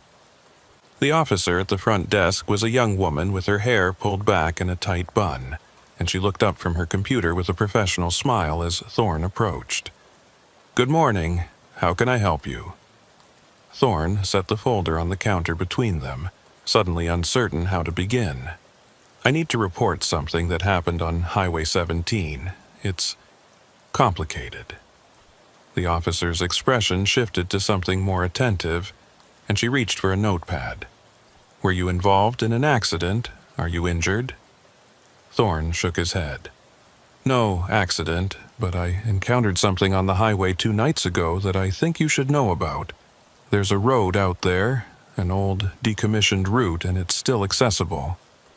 Drivers could get lost on it, could end up in serious trouble." He pushed the folder across the counter. "I've documented everything here, photos, GPS data, all of it." The officer opened the folder and began leafing through the pages, her expression growing more puzzled as she read. She paused at one of the photos showing the broken pavement and faded yellow line, then looked back up at Thorne. "This road you found, where exactly is it located?" Thorne pulled out his phone and showed her the GPS map with his route highlighted. "It branches off Highway 17 at kilometer marker 487, about halfway between Nipigon and Wawa. It's not visible from the road, you have to know it's there. But there were detour signs directing traffic onto it during the storm 2 nights ago." The officer studied the map, zooming in and out, her frown deepening. "Sir, I'm showing Highway 17 as a straight run through that area. There's no junction at marker 487, no secondary roads." Thorne had expected this response, but it still frustrated him. "That's because it's decommissioned. It shows up in my GPS data as Route 17A, abandoned in 1987. But it's still there, still passable. And during that storm there were signs directing eastbound traffic onto it." The officer set down his phone and closed the folder, and Thorne could see the shift in her demeanor, from professional attention to polite skepticism. "Mr. Merriweather, I understand you had a difficult drive during the storm. Visibility was extremely poor that night, and several drivers reported disorientation. It's possible you took a wrong turn onto a logging road or a maintenance access route and got temporarily confused about your location." Thorne felt his jaw tighten. "I'm not confused. I'm an experienced driver. I know Highway 17 like the back of my hand. And what I'm telling you is that there's something wrong with that stretch of road. People have gone missing there. Paul Gagnon in 1986, and probably others since then. If you look into the records..." The officer held up a hand, her expression sympathetic but firm. "Sir, I appreciate you coming in, and I'll make sure this report is filed. But without evidence of an actual crime or immediate danger, there's not much we can do. If you're concerned about road safety, you should contact the Ministry of Transportation. They handle highway maintenance and signage." She pulled a business card from a holder on the desk and handed it to Thorne. "That's their regional office number. They'll be able to address your concerns about decommissioned roads and improper signage. Thorne took the card, knowing this was as far as he was going to get with the police. What about the missing driver, Paul Gagnon? Can you at least check your records to confirm he disappeared in 1986? The officer's expression softened slightly. I can look into historical records, but that would have been before my time, and probably before digital records. If there was a missing person case from 1986, it would be in archived files. She wrote something on her notepad and tore off the sheet, handing it to Thorne. That's a case number for your report. If we find anything relevant, we'll contact you. But I have to be honest.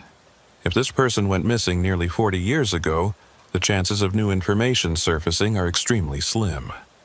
Thorne thanked her and left the detachment, feeling deflated and frustrated. He'd known it was a long shot, but some part of him had hoped for validation, for someone in authority to take his experience seriously and maybe even investigate. Instead, he'd been politely dismissed as a confused driver who'd gotten turned around in a storm. The business card for the Ministry of Transportation felt heavy in his pocket, and Thorne debated whether it was worth making that call. What would he tell them? That their decommissioned road was still routing traffic during storms?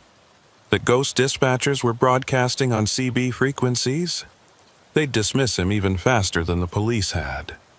Thorne drove back to his apartment and spent the rest of the morning searching online for any mention of Route 17A or unusual incidents on Highway 17 near marker 487. He found plenty of accident reports, weather advisories, and trucker forum discussions about difficult driving conditions, but nothing that specifically referenced the ghost road or matched his experience. There were a few vague posts about weird vibes on that stretch of highway, and one trucker who claimed his GPS had glitched out near Wawa, but nothing concrete enough to corroborate what Thorne had experienced. He tried searching for Paul Gagnon's name along with terms like missing trucker and Highway 17, but the results were frustratingly sparse. There was a single brief mention in a Thunder Bay newspaper archive from March 1987, noting that the search for missing driver Paul Gagnon had been suspended due to lack of leads. The article mentioned his abandoned truck being found north of the highway, but provided no details about the circumstances or the location. Around noon, Thorne's phone rang with a call from his dispatcher. He answered with a sense of dread, expecting more questions about his GPS blackout and impossible travel times. Instead, the dispatcher's voice was businesslike and focused on logistics. "Merriweather, I've got a load for you if you're available. Pick up in Thunder Bay tomorrow morning, delivery to Sault Ste. Marie by Friday evening. Standard run, should be straightforward." Thorne hesitated, his mind immediately going to the route. Thunder Bay to Sault Ste. Marie meant Highway 17, meant driving past marker 487 again, meant potentially encountering whatever had happened to him 2 nights ago. "What's the weather forecast looking like?" he asked, trying to keep his voice casual. The dispatcher clicked something on his end. "Clear skies, no precipitation expected. Perfect conditions. You interested, or should I offer it to someone else?" Thorne thought about saying no, about turning down the job and maybe taking a few weeks off to let his nerves settle. But he also thought about his bills, his mortgage on the truck, the reality that he couldn't afford to be selective about loads right now. "I'll take it," he heard himself say, and immediately regretted it. "Good," the dispatcher replied. "Pickup is at 0700 at the lumber yard on Walsh Street. Load's already staged, just need to get it hooked up and secured. Should have you out of there by 8 at the latest." After the call ended, Thorne sat staring at his phone, wondering if he'd just made a terrible mistake. The rational part of his mind said that lightning didn't strike twice, that the conditions 2 nights ago had been unique and unlikely to repeat. But the part of him that had driven that ghost road, that had heard those phantom voices and seen Maida Kincross standing in the snow, knew that some things operated outside the boundaries of probability and reason. He spent the afternoon trying to distract himself, running errands, doing laundry, watching mindless television, but his thoughts kept returning to Highway 17 and what might be waiting for him there. That evening, he forced himself to eat a proper meal and went to bed early, hoping to bank as much rest as possible before the morning run. Sleep came fitfully, punctuated by the same looping dreams of endless roads and counting down markers. At some point in the deep hours of night, Thorne woke to the sound of his CB radio crackling with static. He sat up in bed, confused and disoriented before realizing that his CB radio was in his truck, locked up at the storage yard 2 kilometers away. There was no way he could be hearing it from his apartment. He lay back down, telling himself it had been part of the dream, just his overstressed mind playing tricks. But the sound persisted, faint but unmistakable, and when Thorne turned on his bedside lamp and looked around the room, he saw his phone screen glowing on the nightstand. He picked it up and found his trucking company's fleet tracking app had opened itself somehow, showing a map view. His truck's icon was blinking at the storage yard, but there was a thin gray line extending from it, reaching north across the map toward Highway 17. As Thorne watched, the line grew longer, tracing a path that curved and twisted like something alive, heading toward that stretch of road between Nipigon and Wawa. Thorne closed the app forcefully and set his phone face down on the nightstand, his heart racing. When he picked it up again a few seconds later to make sure it was truly closed, the app was still shut down, showing only his home screen. He told himself it had been a glitch, maybe some background process updating his previous route data. But the image of that gray line extending from his truck, reaching toward the ghost road like a hook seeking a fish, stayed with him. He didn't sleep again that night, just lay in bed watching the numbers on his alarm clock count down toward 6 a.m. when he'd need to get up and start preparing for the run. Part of him considered calling his dispatcher at dawn and canceling, claiming illness or mechanical problems, or anything that would get him out of driving Highway 17 today. But Thorne had never been a quitter, had never backed down from a challenge, and the idea of letting fear dictate his decisions felt like a personal failure he couldn't accept. At 6:30, he was showered, dressed, and walking out to his car with a travel mug of coffee in hand. The morning was clear and cold, the sky just beginning to lighten in the east, and Thunder Bay looked exactly as it always did. Ordinary, predictable, safe. Thorne drove to the storage yard and found his truck exactly where he'd left it. No signs of tampering or disturbance. He did his pre-trip inspection with extra care, checking every light, every tire, every connection, looking for anything out of place. Everything was normal. Everything was fine. But as he climbed into the cab and started the engine, Thorne noticed something that made his stomach drop. His CB radio was on, the channel indicator showing that it was tuned to frequency 19, the standard trucker channel. Thorne always turned his CB off when he parked for the night, a habit so ingrained that he didn't even think about it anymore. But here it was, powered on and waiting.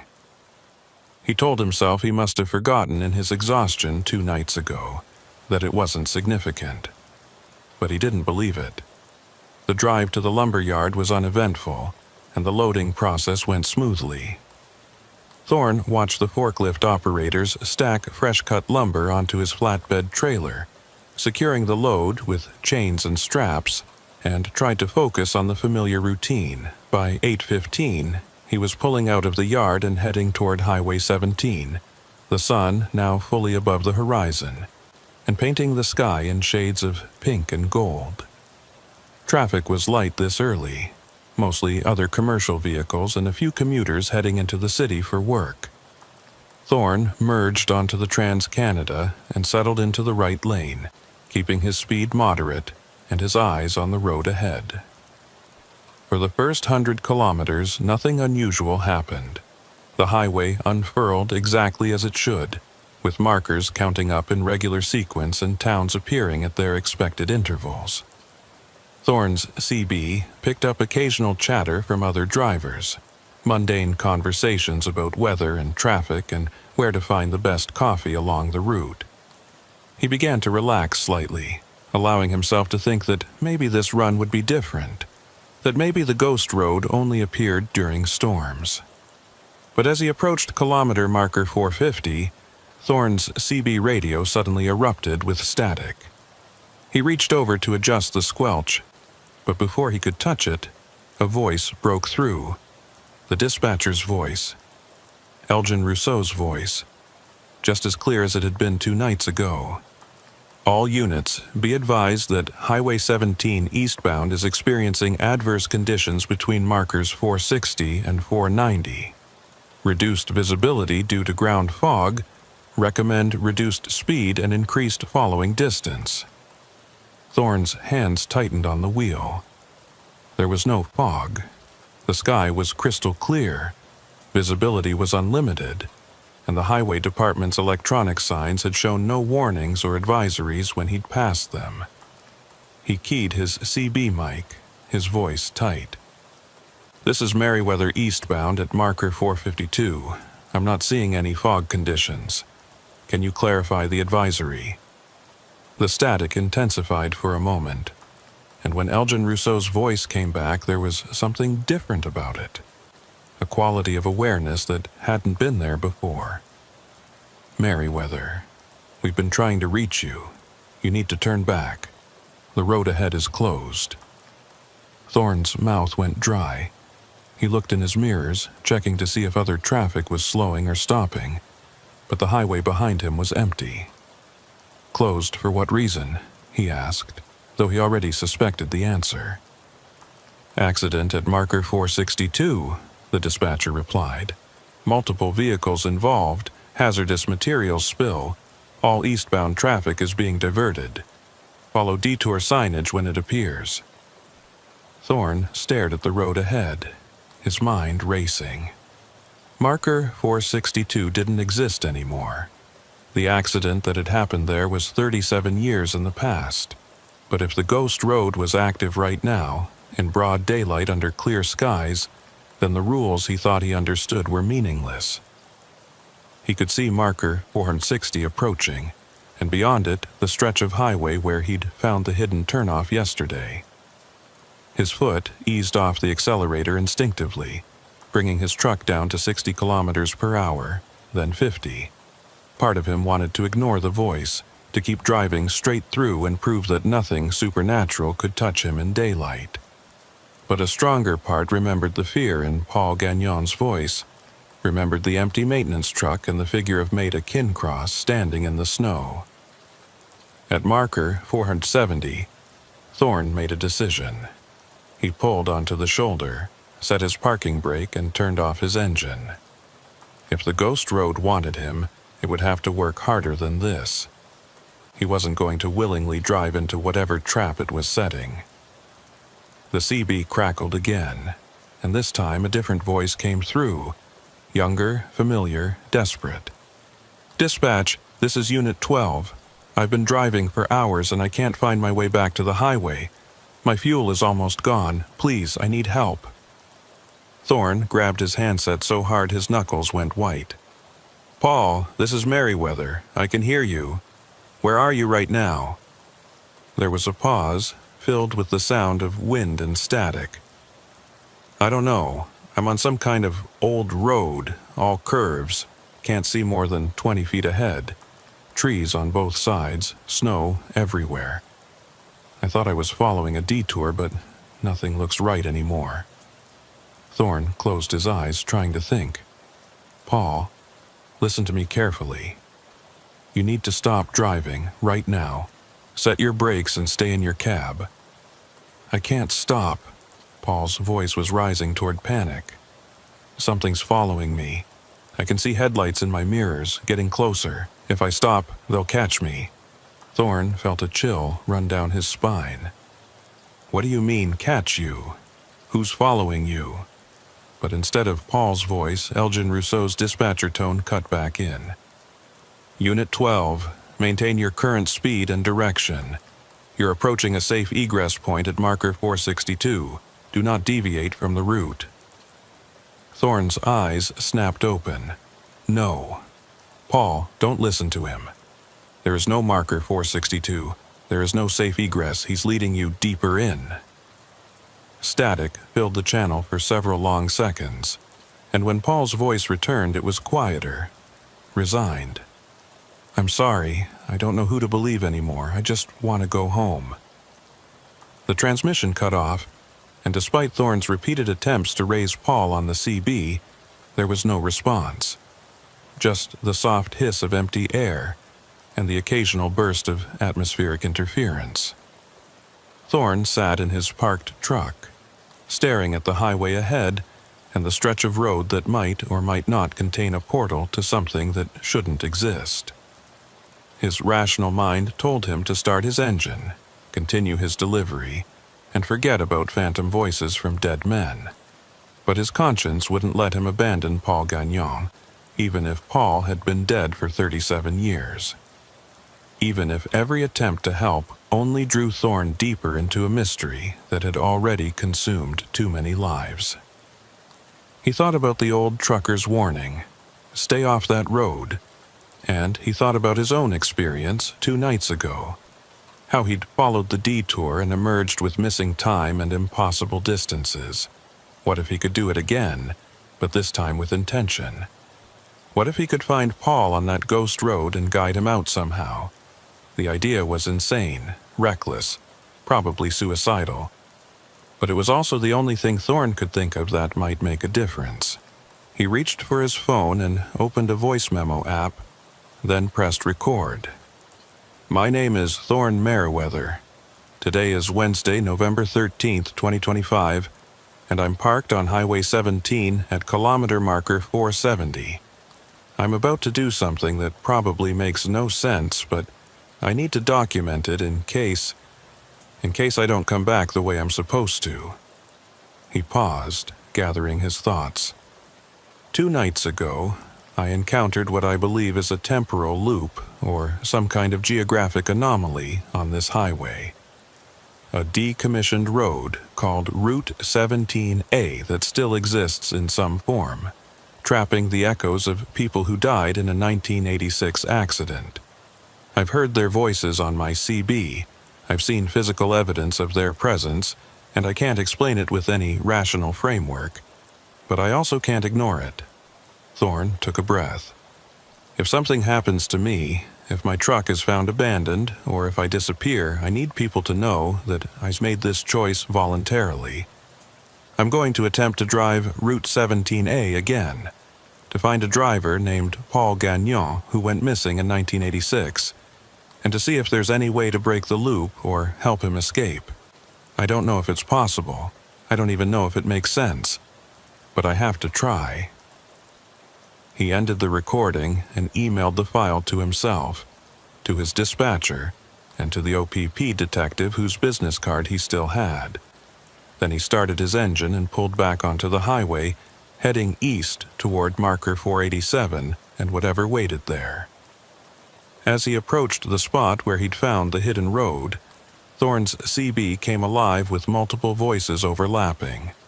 Elgin Rousseau giving coordinates, Paul Gagnon calling for help. Other voices Thorne didn't recognize, all speaking at once, in a cacophony of distress and confusion. He slowed his truck to a crawl, scanning the shoulder for the orange detour signs he'd seen 2 nights ago. And there they were, appearing as if they'd been there all along. Big, reflective arrows pointing right into the trees, with text that read, "Temporary detour, follow signs." Thorne's hands were shaking as he turned his wheel, feeling his truck leave the pavement of Highway 17 and crunch over the snowbank onto the broken asphalt of Route 17A.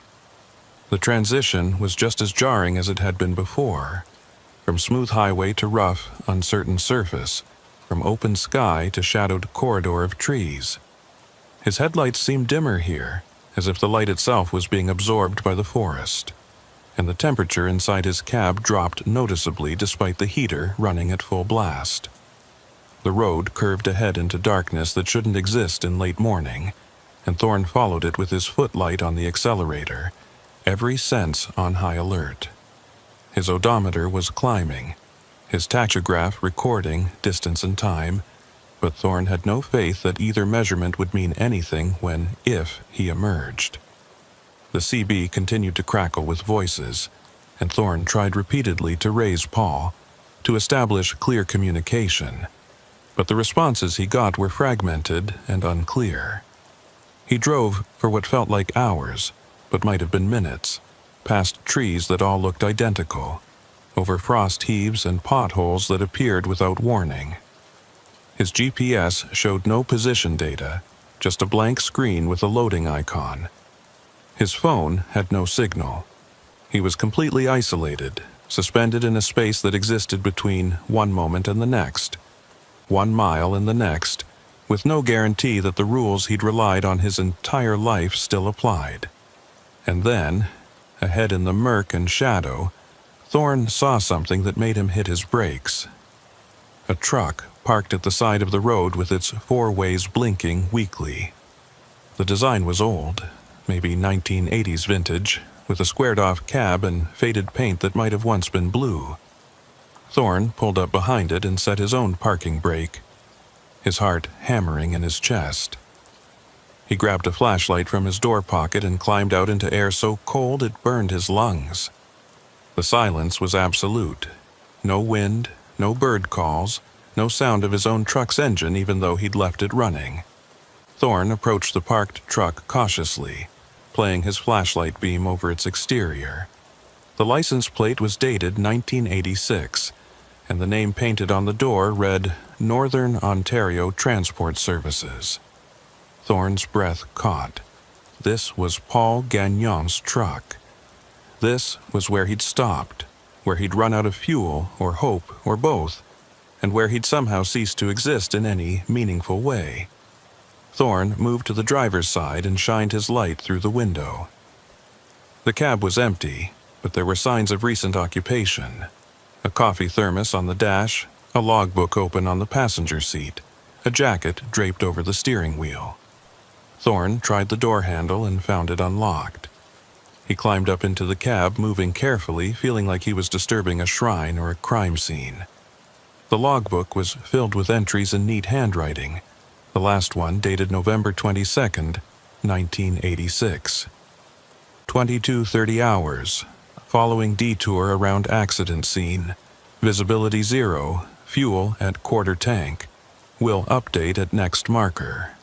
There were no further entries after that line, just blank pages waiting for updates that never came. Thorne picked up the jacket and found a wallet in the inside pocket. He opened it and saw a driver's license with a photo of a young man, maybe 25 years old, with dark hair and an uncertain smile. Paul Gagnon, the license read. Date of birth, April 3rd, 1961. Thorne stood in that silent cab holding the wallet of a man who'd been missing for 37 years, and the weight of it was almost too much to bear. He'd been right. The ghost road was real. The loop was real. And Paul Gagnon had been trapped here for longer than Thorne had been alive. But where was Paul now? If his truck was here, empty and abandoned, where had the man himself gone? Thorne climbed back down and walked around the vehicle, shining his flashlight on the ground. There were footprints in the snow, old ones that looked like they'd been there for decades, leading away from the truck and deeper into the forest. Against every instinct of self-preservation, Thorne followed them. The prints led about 50 feet into the trees before stopping at a spot where the snow was disturbed and churned up, as if someone had paced back and forth there for a long time. And beyond that spot, nothing. No continuing prints, no sign of where Paul had gone next. Just virgin snow and silent trees. Thorne stood in that clearing, his flashlight beam cutting through the darkness, and realized with sinking certainty that he couldn't save Paul Gagnon. No one could. Whatever had happened to him was beyond rescue, beyond help, beyond any normal concept of death or disappearance. Paul existed now only as an echo, a voice on a CB radio calling out to other drivers who might make the same wrong turn. Thorne walked back to his own truck, climbed into the cab and sat with his hands on the wheel, trying to decide what to do next. He could continue forward, could see where this road led, could maybe find Maida Kincross and Elgin Rousseau and all the others who were caught in this loop. Or he could try to turn around, to retrace his path back to Highway 17 and normal reality. The CB crackled one final time, and Paul's voice came through, clearer than before. Whoever you are, thank you for trying. But you need to leave now. This place doesn't let go easily, and the longer you stay, the harder it gets to find your way out. Go. Please. Thorne grabbed his mic. Paul, I found your truck. I found your wallet. I'll make sure your family knows. But static swallowed the rest of his words. And when it cleared, the channel was dead silent. Thorne put his truck in reverse and began backing up, using his mirrors to follow the road in the direction he'd come. The backing continued for longer than seemed possible. 5 minutes, 10, 15, and his rear tires never seemed to reach the point where he'd turned off Highway 17. Panic started to creep in. The realization that maybe Paul was right. Maybe the road didn't want to let him leave. Thorne stopped backing up and pulled forward again, this time driving faster, following the curves with reckless abandon, not caring anymore about the condition of the road or the darkness or anything except getting out. And then, without warning or transition, he was back. Highway 17 stretched ahead in full daylight, real and solid and blessedly normal. Thorne's GPS flickered to life, showing his position at kilometer marker 520, 33 kilometers past where he'd turned onto Route 17A. His phone suddenly had the signal again, messages and notifications flooding in all at once. And his dashboard clock showed 3:47 p.m. Nearly 6 hours had passed since he'd pulled onto the shoulder at marker 470. Thorne pulled into the first rest stop he could find and just sat there, shaking and trying to process what had happened. His tachograph showed him driving continuously for the past 6 hours, covering the distance from marker 470 to 520 multiple times over, his route traced as impossible loops and switchbacks. His fuel gauge had dropped by over a quarter tank despite the relatively short distance covered on the highway, and when he checked his mirrors, he saw gray road dust covering his trailer and cab, dust that shouldn't be there after driving on modern paved highway. Thorne grabbed his phone and opened the voice memo app, hitting record with trembling fingers. Addendum to my previous recording. I drove Route 17A again. I found Paul Gagnon's truck, empty, abandoned. Found his wallet, his logbook, his last entry from 1986. I couldn't save him. I couldn't help him. He told me to leave, and I did, but I don't know if I actually got out or if I'm still in there somehow. I don't know what's real anymore. The road took 6 hours of my time, a quarter tank of fuel, and I have nothing to show for it except more questions. He ended the recording and sat in silence, listening to the normal sounds of the rest stop, cars coming and going, families talking, the distant beep of a truck backing up. All of it felt surreal, like a movie playing on a screen rather than actual reality. Thorne eventually started his engine and continued to Sault Ste. Marie, completed his delivery, and drove back to Thunder Bay in a state of numb autopilot. When he finally made it home 3 days later, he found an email from the OPP detective he'd sent his voice memos to. The message was brief and professionally polite. Mr. Merriweather, thank you for your report. After reviewing your documentation and the information provided, we have no evidence of criminal activity or public safety concerns that would warrant further investigation. The route anomaly you described appears to be related to GPS mapping errors. We recommend you report these technical issues to your fleet management company. Case closed. No mention of Paul Gagnon, no acknowledgement of the historical accident, no recognition that Thorne had documented something genuinely inexplicable. Thorne never took another load that required him to drive Highway 17 between Nipigon and Wawa. He requested route changes, accepted longer trips that went around the area, and when asked why, he simply said he preferred other routes. His company noted it in his file but didn't push the issue. Other drivers continued to haul that stretch of highway without incident, and life went on as it always had. But sometimes, late at night when Thorne couldn't sleep, he'd turn on his old CB radio at home and scan through channels, listening for voices that shouldn't exist. And once, about 3 months after his experience on Route 17A, he heard it. Elgin Rousseau calling out coordinates, Paul Gagnon responding in panic, the whole sequence playing out exactly as it had before. Thorne listened until the transmission ended, then turned off his radio and sat in the dark, knowing that somewhere out there in the endless snow and shadow, the loop continued. The dead kept directing traffic, the lost kept driving, and Highway 17 kept its secrets buried under broken asphalt and historical markers that no longer existed. And Thorne carried his own secret too, the knowledge that some roads don't just take you from one place to another. They take you outside of place entirely, into spaces between moments where time runs backward and forward simultaneously, where the past never quite stays buried, and where drivers who make one wrong turn might never find their way home.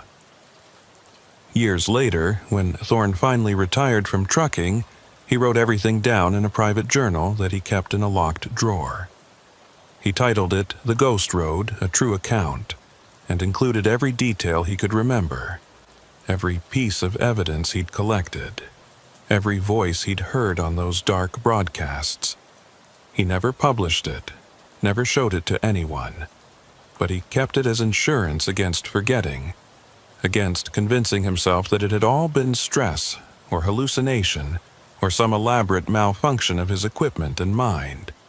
Because Thorne knew, with the certainty that comes from lived experience rather than belief, that Route 17A was still out there, still waiting in the margins of Highway 17 for the right conditions and the wrong driver. And he knew that Paul Gagnon and all the others who'd been swallowed by that road were still trapped in their endless loop, still calling for help that would never come, still driving toward a destination that didn't exist. And sometimes, on nights when the snow fell heavy and the wind howled across northern Ontario, Thorne would wake from dreams of endless curves and counting down markers, and he'd check his phone to make sure his GPS wasn't showing gray lines reaching out toward that haunted stretch of highway. Most nights it didn't, but some nights it did, and on those nights Thorne wouldn't sleep again until sunrise, keeping watch against a road that refused to stay buried.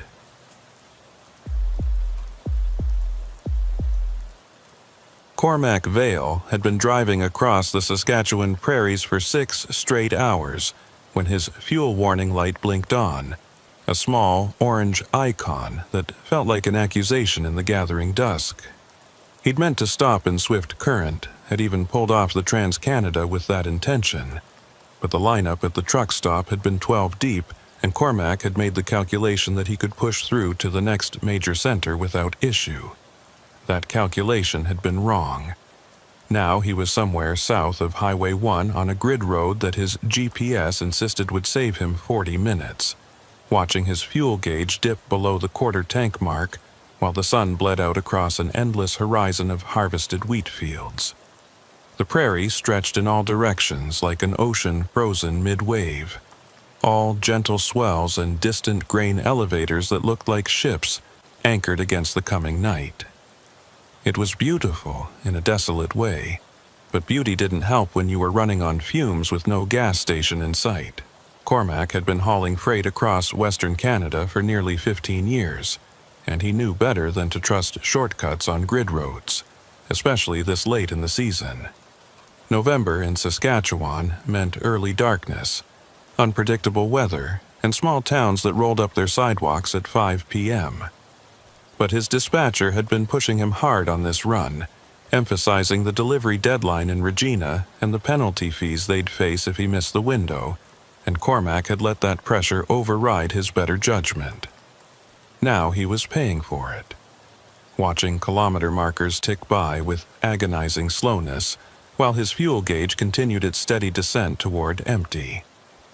His phone showed 2 bars of signal, enough to pull up a map, and he zoomed in on his current location looking for anything that might have fuel. The screen showed a spiderweb of grid roads, a handful of abandoned railway lines, and one small town about 15 kilometers ahead. No name on the map, just a gray dot indicating human habitation. Cormac tapped on it hopefully, but the information pop-up was sparse. Population, unincorporated. Services, unknown. It wasn't promising, but it was better than nothing. Cormac guided his rig south on the dirt grid road, the setting sun casting his shadow long across the stubble fields to his left. The road's surface was rough but passable, graded recently enough that the washboard hadn't gotten too severe, and his truck handled it well despite the 40-foot trailer he was pulling. The load was light, agricultural equipment parts heading to a dealership in Regina, so at least he didn't have to worry about bogging down if the road got soft. What concerned him more was the absolute emptiness of the landscape. In the past hour, he hadn't seen another vehicle, hadn't passed a farmhouse with lights on, hadn't even spotted cattle in the fields. Just endless stubble and sky. The two meeting at a horizon so flat and distant it seemed to curve with the earth itself. It was the kind of emptiness that made you understand why early settlers had gone mad out here, why some of them had written letters home describing the prairie as a vast nothing that swallowed sound and hope in equal measure. As full darkness settled in, Cormac's headlights became the only illumination for miles in any direction. The stars were coming out overhead, so many of them that the sky looked crowded, but they provided no useful light for navigation.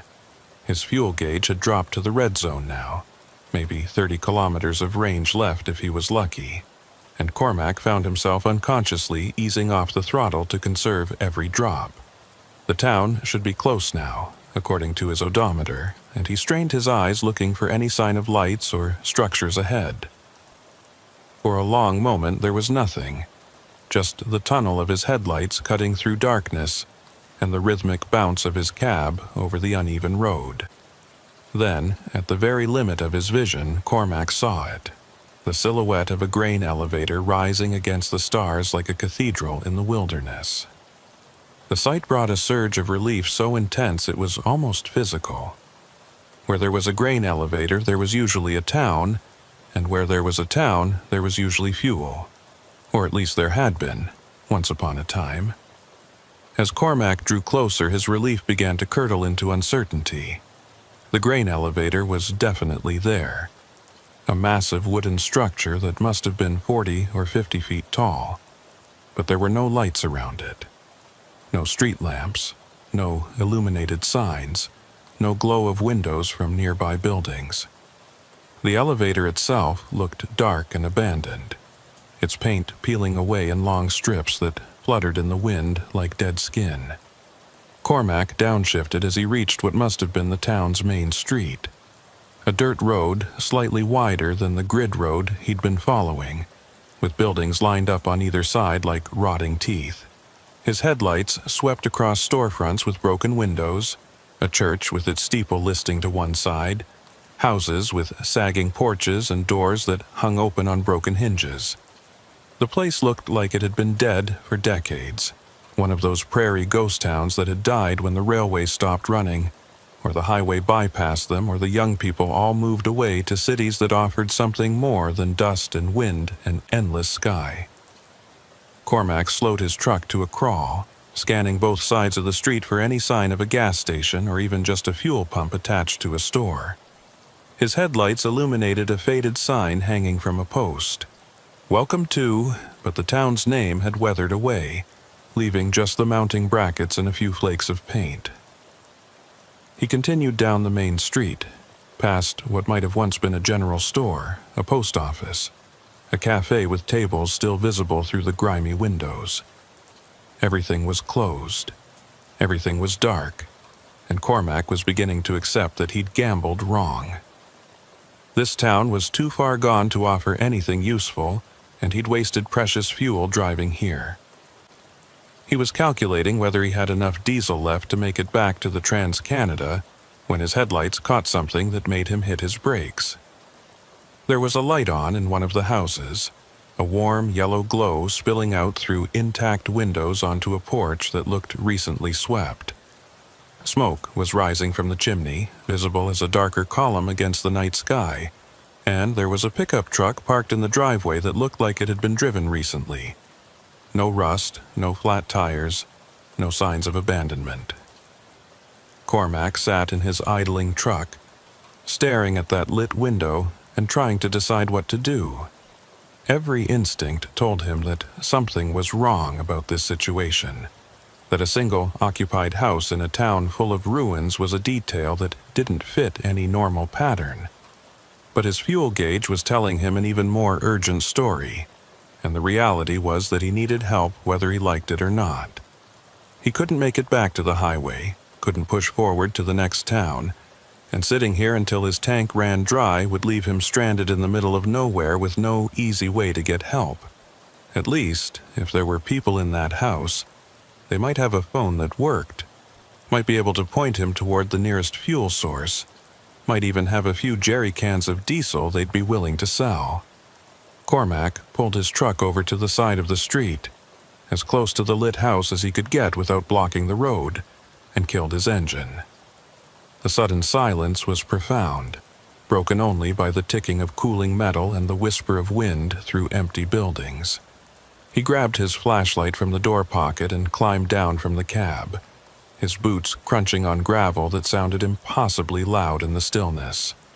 The air was cold, colder than it had any right to be for early November, and Cormac could see his breath forming clouds as he walked toward the lit house. As he got closer, he could make out more details. The house was a simple two-story structure with white siding that had been maintained recently enough to still look white rather than gray. The porch had a rocking chair on it, and there were curtains in the windows, real curtains, not the ragged strips of fabric that hung in the abandoned buildings around it. Someone definitely lived here, and they'd been maintaining the property despite the decay surrounding them. Cormac climbed the porch steps carefully, testing each board before putting his full weight on it, and knocked on the front door 3 times. The sound echoed in the stillness, and for a moment nothing happened. Then he heard footsteps inside, heavy and slow, approaching the door with the deliberate pace of someone who wasn't in a hurry and wasn't particularly surprised to have visitors. The door opened, and Cormac found himself looking at a woman who might have been anywhere between 50 and 70 years old, with gray hair pulled back in a loose bun and eyes that assessed him with the kind of calm wariness that came from living in isolated places. "Evening," Cormac said, trying to sound friendly but not desperate. "Sorry to bother you, but I'm having a fuel situation with my truck. I was hoping you might know where the nearest gas station is, or if there's anywhere in town I could buy some diesel." The woman studied him for a long moment, her expression unreadable, and Cormac noticed that she was wearing clothes that looked oddly old-fashioned. A wool dress with a high collar, thick stockings, practical shoes that might have been modern 50 years ago. When she finally spoke, her voice was low and measured, with the flat vowels of prairie English.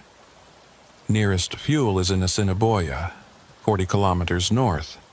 Nothing between here and there." Cormac's heart sank. 40 kilometers might as well be 400 with the fuel he had left. "Is there any chance you might have some diesel here? I can pay whatever's fair. I just need enough to make it to Assiniboia." The woman's gaze shifted past him to where his truck sat idling in the street, its running lights glowing in the darkness. something flickered across her face. Concern, maybe, or recognition of a problem she'd seen before. "Wait here," she said finally, and closed the door before Cormac could respond. He stood on the porch, listening to her footsteps recede into the house and wondering if she was coming back or if she'd decided he wasn't worth helping.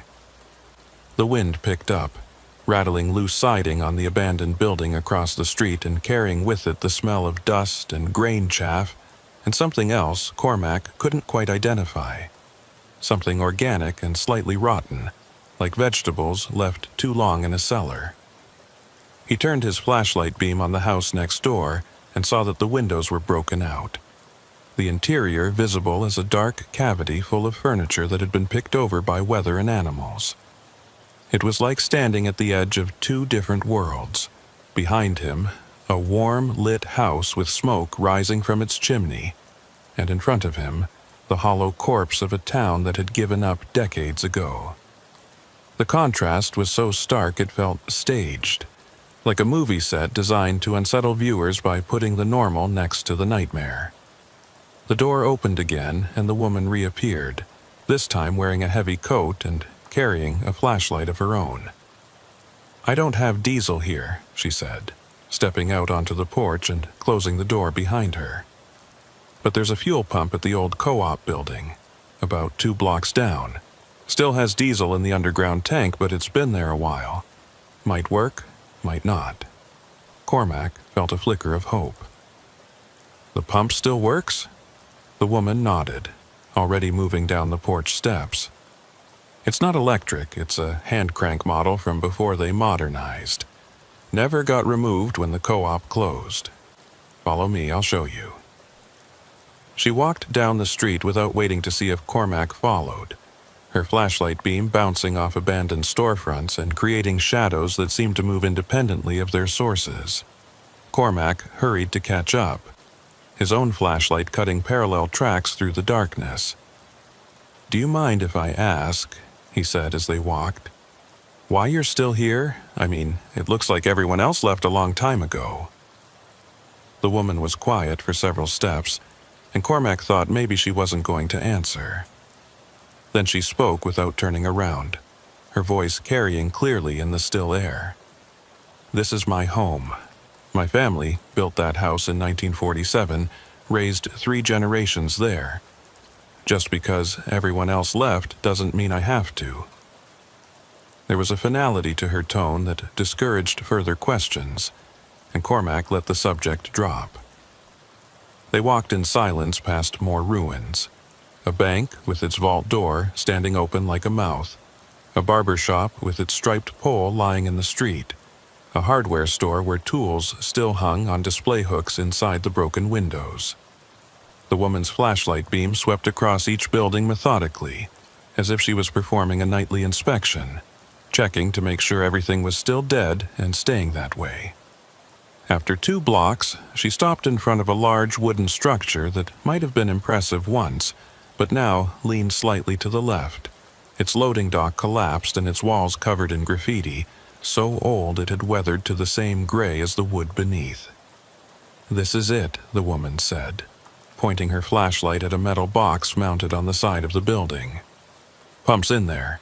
Tank access is around back." Cormac approached the metal box and found a rusted padlock holding it shut. He tugged on it experimentally, but the lock held firm despite its appearance. "You have a key for this?" he asked, turning back toward the woman. She was already holding up a key ring with several old brass keys dangling from it, and she stepped forward to unlock the padlock with practiced ease. The box door swung open with a metallic shriek, revealing a pump mechanism that looked like it belonged in a museum. It was all cast iron and brass fittings, with a hand crank handle on one side and a mechanical counter that would tick off gallons as they passed through. A coil of old rubber hose was hanging on a hook inside the box, cracked and stiff with age, and Cormac had serious doubts about whether any of this equipment was still functional. But he'd come this far, and the alternative was sitting in his truck until someone happened by, which, given the emptiness of this town and the surrounding area, might be days. "Thank you," Cormac said, meaning it. "I really appreciate this. How much do I owe you?" The woman waved off the question with one hand. "Tank belongs to the co-op, not me. Far as I'm concerned, anything left in there is abandoned property. Take what you need." She handed him the keys. "When you're done, lock it back up and leave the keys on my porch. I'm going back to the house. It's cold out." Before Cormac could ask anything else, she turned and walked back the way they'd come, her flashlight beam growing smaller and smaller until it disappeared around a corner, leaving him alone in the darkness with a hand-crank fuel pump and a tank full of diesel that might be as old as he was. Cormac took a deep breath and went to work, first walking around to the back of the building to find the tank access. It was a metal cap set into concrete, and when he unscrewed it and shined his flashlight down into the opening, he could see liquid reflecting back at him about 8 feet down. The smell of diesel was strong and relatively fresh, which was encouraging. Old diesel could gel or separate, becoming useless sludge, but this smelled like it might still be viable. He went back to his truck and positioned it as close to the pump as the hose length would allow, then spent 20 minutes figuring out how to prime the hand crank mechanism and get fuel flowing. The pump was stubborn, its internal seals dried out and resistant, but eventually Cormac heard the satisfying gurgle of diesel moving through pipes and into the hose. He filled his truck's tank slowly, working the hand crank in a steady rhythm while the mechanical counter ticked off gallons with clockwork precision. 20 gallons, 30, 40, enough to get him to Regina and back to civilization. As he worked, Cormac became aware of sounds in the darkness around him. Not threatening sounds exactly, but present ones. The creak of wood settling in cooling night air, the rattle of loose tin in the wind, and underneath it all a kind of low hum that might have been power lines or distant machinery or just the acoustic tricks that empty spaces played on human ears. He tried to ignore it and focus on the task at hand, but the longer he stood there cranking fuel from an abandoned tank in a dead town, the more wrong everything felt. When his tank was full, Cormac secured the pump hose and locked the metal box, slipping the keys into his jacket pocket to return to the woman's porch as promised. He climbed back into his cab and started the engine, feeling a surge of relief at the familiar diesel rumble. The fuel gauge needle climbed steadily toward full, and Cormac allowed himself to relax slightly. He'd gotten lucky, found exactly what he needed in the most unlikely place imaginable. Now, all he had to do was drive back to the grid road, navigate his way to the Trans-Canada, and put this strange detour behind him. He put the truck in gear and began the slow process of turning around on the narrow main street, using the width of abandoned properties to maneuver his trailer. As his headlights swept across buildings during the turn, Cormac caught movement in one of the upper windows of the general store. A flicker of something pale and quick, there and gone so fast he almost convinced himself he'd imagined it. But when he completed his turn and started driving back toward the woman's house to return her keys, he saw it again. This time in the doorway of the church. A figure, tall and thin, watching his truck pass. No features visible, just a silhouette darker than the shadows around it. Cormac's hands tightened on the steering wheel and he pressed slightly harder on the accelerator, eager now to complete his business and leave this town behind. He pulled up in front of the lit house and killed his engine, intending to make this quick, just drop the keys on the porch and go. But as he approached the house, he noticed something that stopped him cold. There were footprints in the dust of the porch, lots of them, far more than could be explained by the woman's single trip out to show him the fuel pump.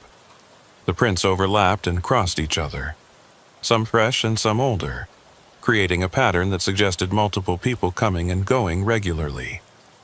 But every other house on this street was abandoned, every other building dark and empty. Unless the woman had visitors from outside the town, which seemed unlikely given the isolation, these prints made no sense. Cormac set the keys on the porch railing as instructed and took a step back, his eyes scanning the windows of the house for any movement inside. The curtains were drawn now, where before they'd been open, and the light that spilled through them seemed different somehow, colder, less welcoming. He returned to his truck quickly, not quite running but moving faster than a casual walk, and climbed back into the safety of his cab. The door lock clicked down with a sound that was deeply reassuring, and Cormac started the engine without allowing himself to look back at the house. He drove slowly through the dead town, his headlights illuminating empty buildings and overgrown yards, and with every passing moment he felt a growing conviction that he'd missed something important, that there had been details in the periphery of his awareness that he should have paid closer attention to. The woman's old-fashioned clothes, the single-lit house in a town of ruins, the footprints on the porch that didn't match her story of living alone. All of it pointed toward something that didn't add up. But Cormac couldn't quite put his finger on what bothered him most, couldn't articulate the wrongness that had settled into his bones like cold weather. He reached the edge of town and turned north onto the grid road that would take him back toward the Trans-Canada, and only when the lights of the town had disappeared completely behind him did he allow himself to breathe normally again. His phone, which had shown 2 bars of signal when he'd arrived, now showed none at all. No signal, no data, just the emergency calls only message that meant he was truly isolated out here on the prairie. Cormac tried not to let that bother him.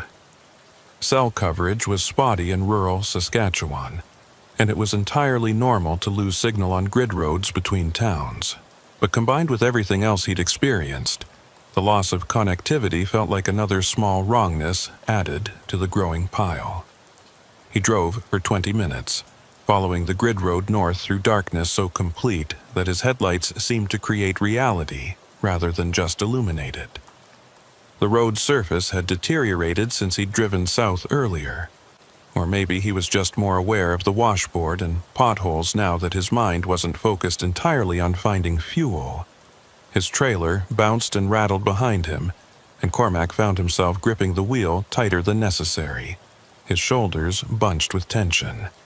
When he finally saw the lights of the Trans-Canada ahead, a string of orange sodium vapor lamps marking the highway's path across the prairie, he felt relief wash over him so intensely that his eyes actually stung with it. He merged onto the highway and immediately felt like he'd crossed a boundary back into the normal world, where things made sense and abandoned towns stayed abandoned, and single-lit houses didn't exist in the middle of ruins. Traffic was light but present, the occasional transport truck heading east or west, a few cars with out-of-province plates, the normal flow of late-night highway commerce. Cormac settled into the right lane and tried to put the experience behind him, focusing on the road ahead and the delivery deadline he still needed to meet in Regina. But even as he drove, putting kilometers between himself and that unnamed town, he couldn't shake the memory of the woman's face as she'd studied him on her porch, or the way those footprints had crisscrossed her porch in patterns that suggested many visitors to a place where no one should have been visiting at all. And he couldn't forget the figure he'd seen in the church doorway, watching his truck pass with an attention that felt predatory despite the distance. Cormac told himself it had been a trick of light and shadow, his mind finding patterns and randomness because that's what human minds did in stressful situations. But he didn't believe it. 40 minutes later, Cormac pulled into a truck stop on the outskirts of Regina and topped off his fuel tank with fresh diesel from a proper pump, even though his gauge showed he was still 3/4 full. He didn't trust the fuel from that hand crank pump, didn't want to risk it clogging his filters or causing engine problems down the road. As the new fuel flowed into his tank, washing away and diluting whatever he'd taken from the co-op, Cormac felt like he was performing some kind of cleansing ritual, purging his truck of any connection to that strange place. When the pump clicked off, he went inside to pay and get coffee, and found himself telling the cashier about his detour through the abandoned town. The cashier was a middle-aged man with thinning hair and the tired eyes of someone working the graveyard shift, and he listened to Cormac's story with polite disinterest until Cormac mentioned the woman in the lit house. Then the man's expression changed, became more focused. "You saw someone living there?" he asked. "In one of the ghost towns south of here?" Cormac nodded. "Yeah, older woman. Said her family built the house in 1947. She seemed perfectly normal, helped me find fuel." The cashier was quiet for a moment, then shook his head slowly. "That's strange.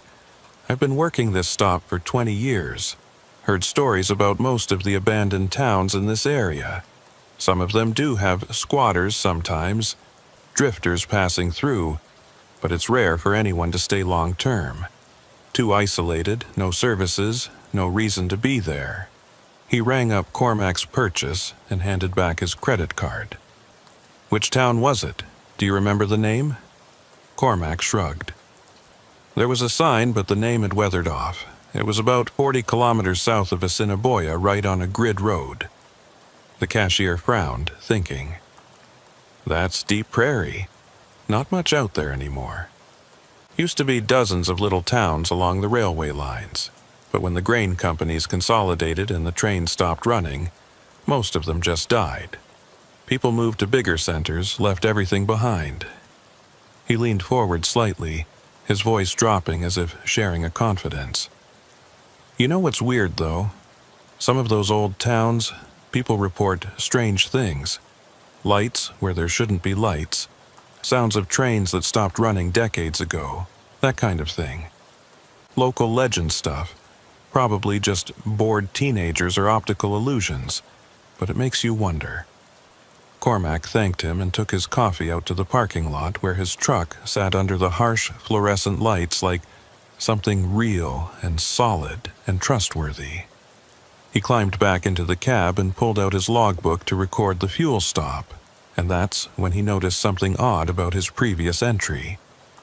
The time he'd written down for leaving Swift Current was 3:45 p.m., and according to his dashboard clock, it was now 11:30 p.m.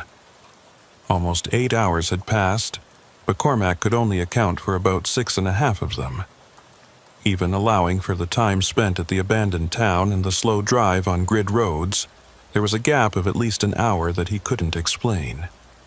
He checked his phone's timeline, the feature that tracked his locations throughout the day, but there was just a blank space where the abandoned town should have been. His location history showed him leaving Swift Current, then nothing until he appeared on the Trans-Canada 40 minutes ago.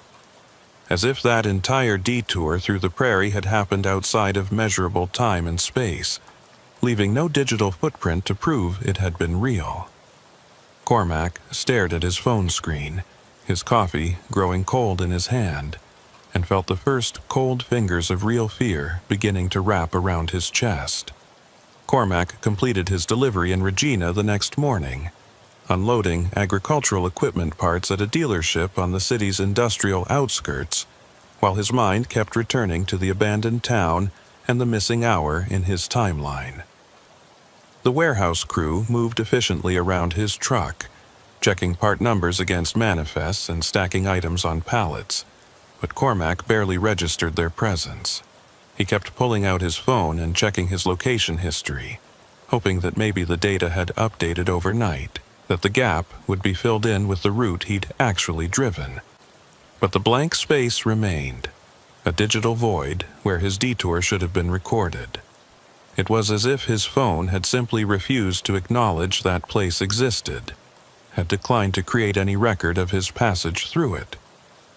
Cormac had heard about dead zones where cell towers couldn't reach, but he'd never experienced one that completely erased his location data rather than just pausing it. The distinction felt significant, though he couldn't articulate exactly why. After the delivery paperwork was signed and his trailer was empty, Cormac drove to a truck stop on the Trans-Canada and parked in a spot where he could see the highway stretching away in both directions. He needed to make a decision about his return route, and the choice felt heavier than it should have. His dispatcher had already sent him the details for his next load, a pickup in swift current that needed to be in Winnipeg by the end of the week. The logical route would take him back west on the Trans-Canada, and if he wanted to investigate the abandoned town again, he could easily take the same grid road detour he'd used yesterday.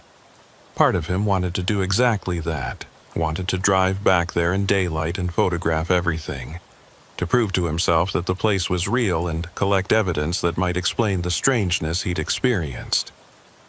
But another part of him, the part that had seen the figure in the church doorway and felt the wrongness of those overlapping footprints, wanted nothing more than to stay on the main highway and never think about that town again. Cormac opened his laptop and pulled up satellite imagery of the area, zooming in on the grid roads south of Assiniboia. The satellite view showed exactly what he'd expect. A network of dirt roads cutting through agricultural land in perfect north-south, east-west grids. He could see abandoned farmsteads here and there, their buildings reduced to gray rectangles in the overhead view, and several towns that looked deceased from orbit. But when he tried to pinpoint the exact location where he'd turned off the grid road, where that town with the single lit house should have been, the imagery became strangely degraded.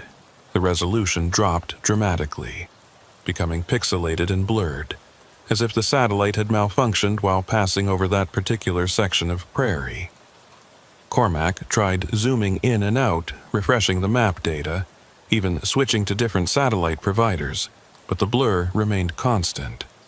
It was a roughly circular area, maybe 2 kilometers in diameter, and within that circle he could make out the vague shape of what might be buildings, but no clear details.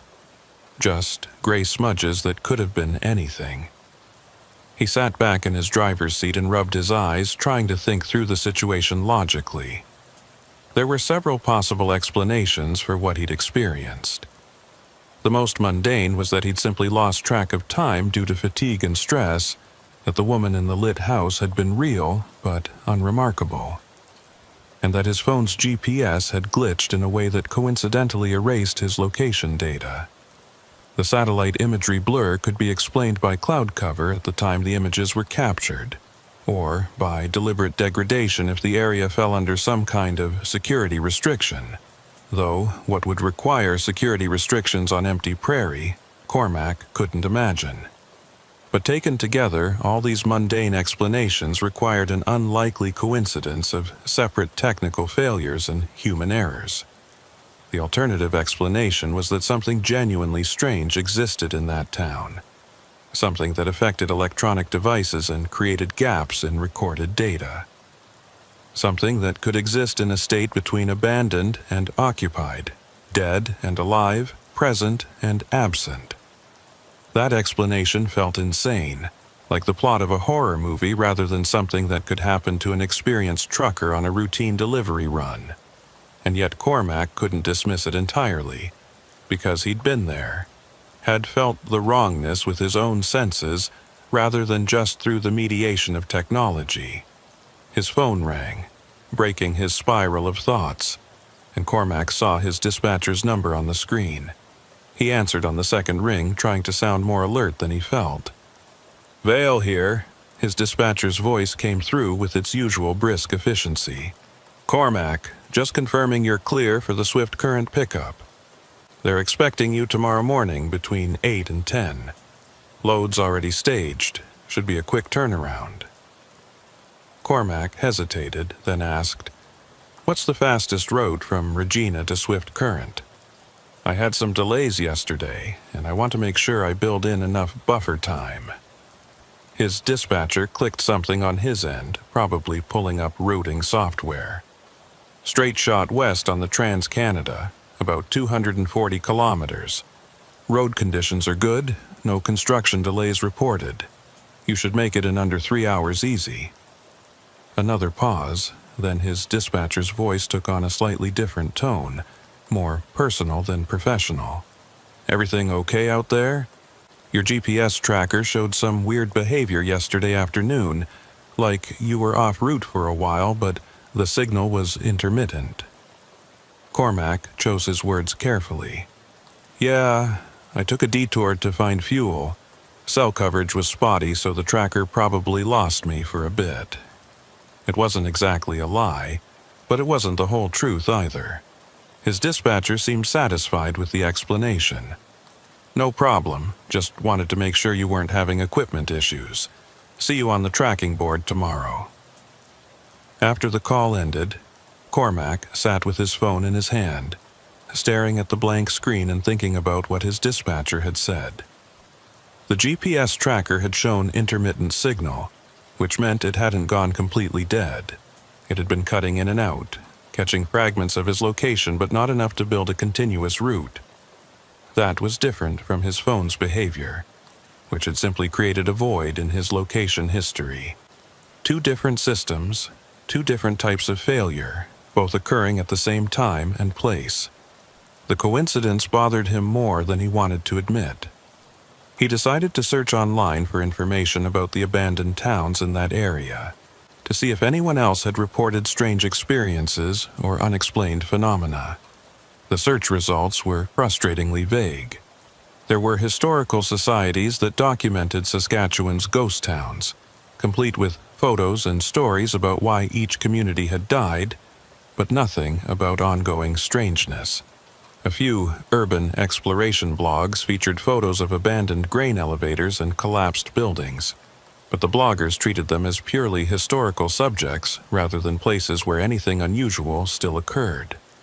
Cormac did find one discussion thread on a trucker forum where someone had mentioned weird vibes on certain grid roads, but the responses had been mostly jokes and skepticism. One comment stood out, though, posted by a user with the handle Prairie Holler 87. I've driven past some of those old towns late at night, and I swear sometimes you can see lights where there shouldn't be any. Not like car lights or stars, but window lights, like someone's home. But if you stop and check it out, everything's dark and empty. I think it's some kind of optical illusion, maybe reflections from distant farmsteads, but it's definitely eerie. The post was 3 years old, and when Cormac tried to click on the user's profile to see if they'd written anything else about it, he found the account had been deleted. Cormac spent the rest of the day trying to distract himself with mundane tasks, eating a proper meal at the truck stop restaurant, doing laundry at the coin-op machines, catching up on paperwork and maintenance logs, but his mind kept returning to the abandoned town and the questions that surrounded it. By evening, he'd made his decision. Tomorrow, after picking up his load in Swift Current, he would take the same grid road south and find that town again. This time, he'd be prepared. He'd bring extra flashlights, a proper camera instead of just his phone, maybe even a handheld GPS unit that wouldn't rely on cell towers. He'd document everything methodically, gather evidence that could withstand scrutiny, and then he'd decide what to do with that evidence. Maybe he'd post it online. Maybe he'd send it to local authorities, or maybe he'd just keep it as proof for himself that he hadn't imagined the whole thing. The important thing was to go back while his memory was still fresh, before time and doubt could erode the details into something unreliable. That night, Cormac slept poorly in his truck's sleeper berth, waking several times from dreams he couldn't quite remember, but which left him with a lingering sense of unease. Each time he woke, he'd check his phone to see what time it was, and each time he was surprised to find that only 20 or 30 minutes had passed when it felt like hours. The night stretched on interminably, and when his alarm finally went off at 6 a.m., Cormac felt more exhausted than when he'd gone to bed. He forced himself through his morning routine: shower at the truck stop, strong coffee, pre-trip inspection of his rig, and by 7:30 he was on the Trans-Canada heading west toward Swift Current.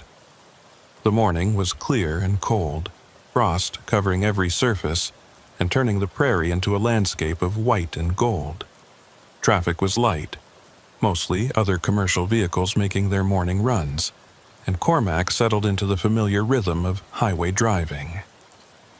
The miles passed quickly, and he tried not to think about what he might find when he took that grid road detour later today. The pickup in swift current went smoothly. Cormac backed his empty flatbed into the loading dock at a farm equipment manufacturer, and within 90 minutes his trailer was loaded with new combine parts heading to Winnipeg. The load was heavy but well secured, and Cormac completed his securing inspection with extra care, checking every chain and strap twice. By 11 a.m., he was fueled up and ready to roll, sitting in his cab with the engine idling while he entered the destination into his GPS. The route it suggested was straightforward, east on the Trans-Canada all the way to Winnipeg, about 600 kilometers of easy highway driving. But Cormac dismissed that route and manually entered coordinates for a point south of Assiniboia, the approximate location where he thought the abandoned town should be. The GPS calculated a new route that would add about 50 kilometers to his journey, and flashed a warning. Route includes unpaved roads. Proceed with caution. Cormac accepted the route and pulled out of the parking lot, heading east on the Trans-Canada until he reached the turnoff that would take him south into the prairie. The grid road looked different in daylight than it had at dusk 2 days ago. What had seemed mysterious and slightly ominous, in the failing light now appeared mundane. Just a dirt road cutting through harvested fields, graded flat and wide enough for farm equipment. Cormac's truck handled it easily, the heavy load in his trailer actually helping with traction on the loose surface. He drove south for 30 kilometers, watching his odometer and comparing his position to his mental map of where the town should be. His phone still showed signal, 2 bars that wavered occasionally but never dropped to 0, and his GPS tracker was functioning normally according to the dashboard display.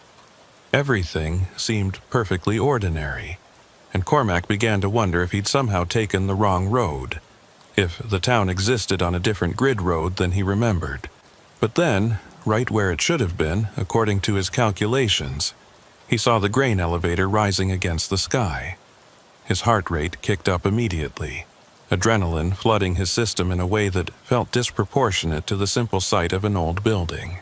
But Cormac knew why his body was reacting this way. Some animal part of his brain recognized danger even when his conscious mind was still trying to rationalize everything. He slowed his truck as he approached the town, and in daylight he could see details that had been obscured by darkness before. The grain elevator was even more deteriorated than he'd realized, its wooden walls warped and splitting. Several windows on the upper level shattered completely. The paint that had once identified the grain company was almost entirely gone, leaving just ghost letters that spelled out something like Nighty Co-op. The main street of the town stretched ahead, and Cormac could now count the buildings, maybe 20 structures in total, all in various states of collapse. What had looked like a church with a listing steeple was actually a community hall, and what he'd thought was a general store might have been a hotel at one time, judging by the faded "Rooms" sign barely visible on its false front. And there, 3 buildings down on the right side of the street, was the house with the white siding. In daylight it looked less maintained than it had at night.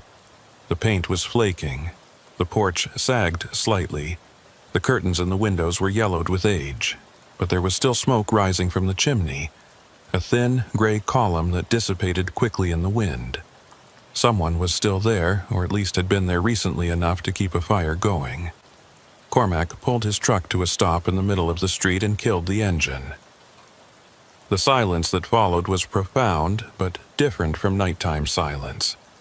Now he could hear wind moving through broken buildings, the creak of loose wood, the rattle of metal siding. Normal sounds of decay. Nothing supernatural about them. He grabbed his phone and took several photos through the windshield, documenting the grain elevator, the main street, the house with smoke rising from its chimney.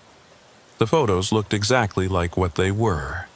Images of an abandoned prairie town slowly returning to the earth. Nothing sinister. Nothing impossible. Cormac opened his door and climbed down from the cab, his boots raising small puffs of dust as he walked toward the house. He had his phone in one hand, camera app open and ready, and a flashlight in the other hand even though the sun was bright overhead. As he approached the porch, Cormac noticed that the footprints he'd seen 2 nights ago were still visible in the dust, though new prints had been added to the pattern. Fresh tracks, made within the last day or so, crisscrossing the porch in that same chaotic pattern that suggested many visitors.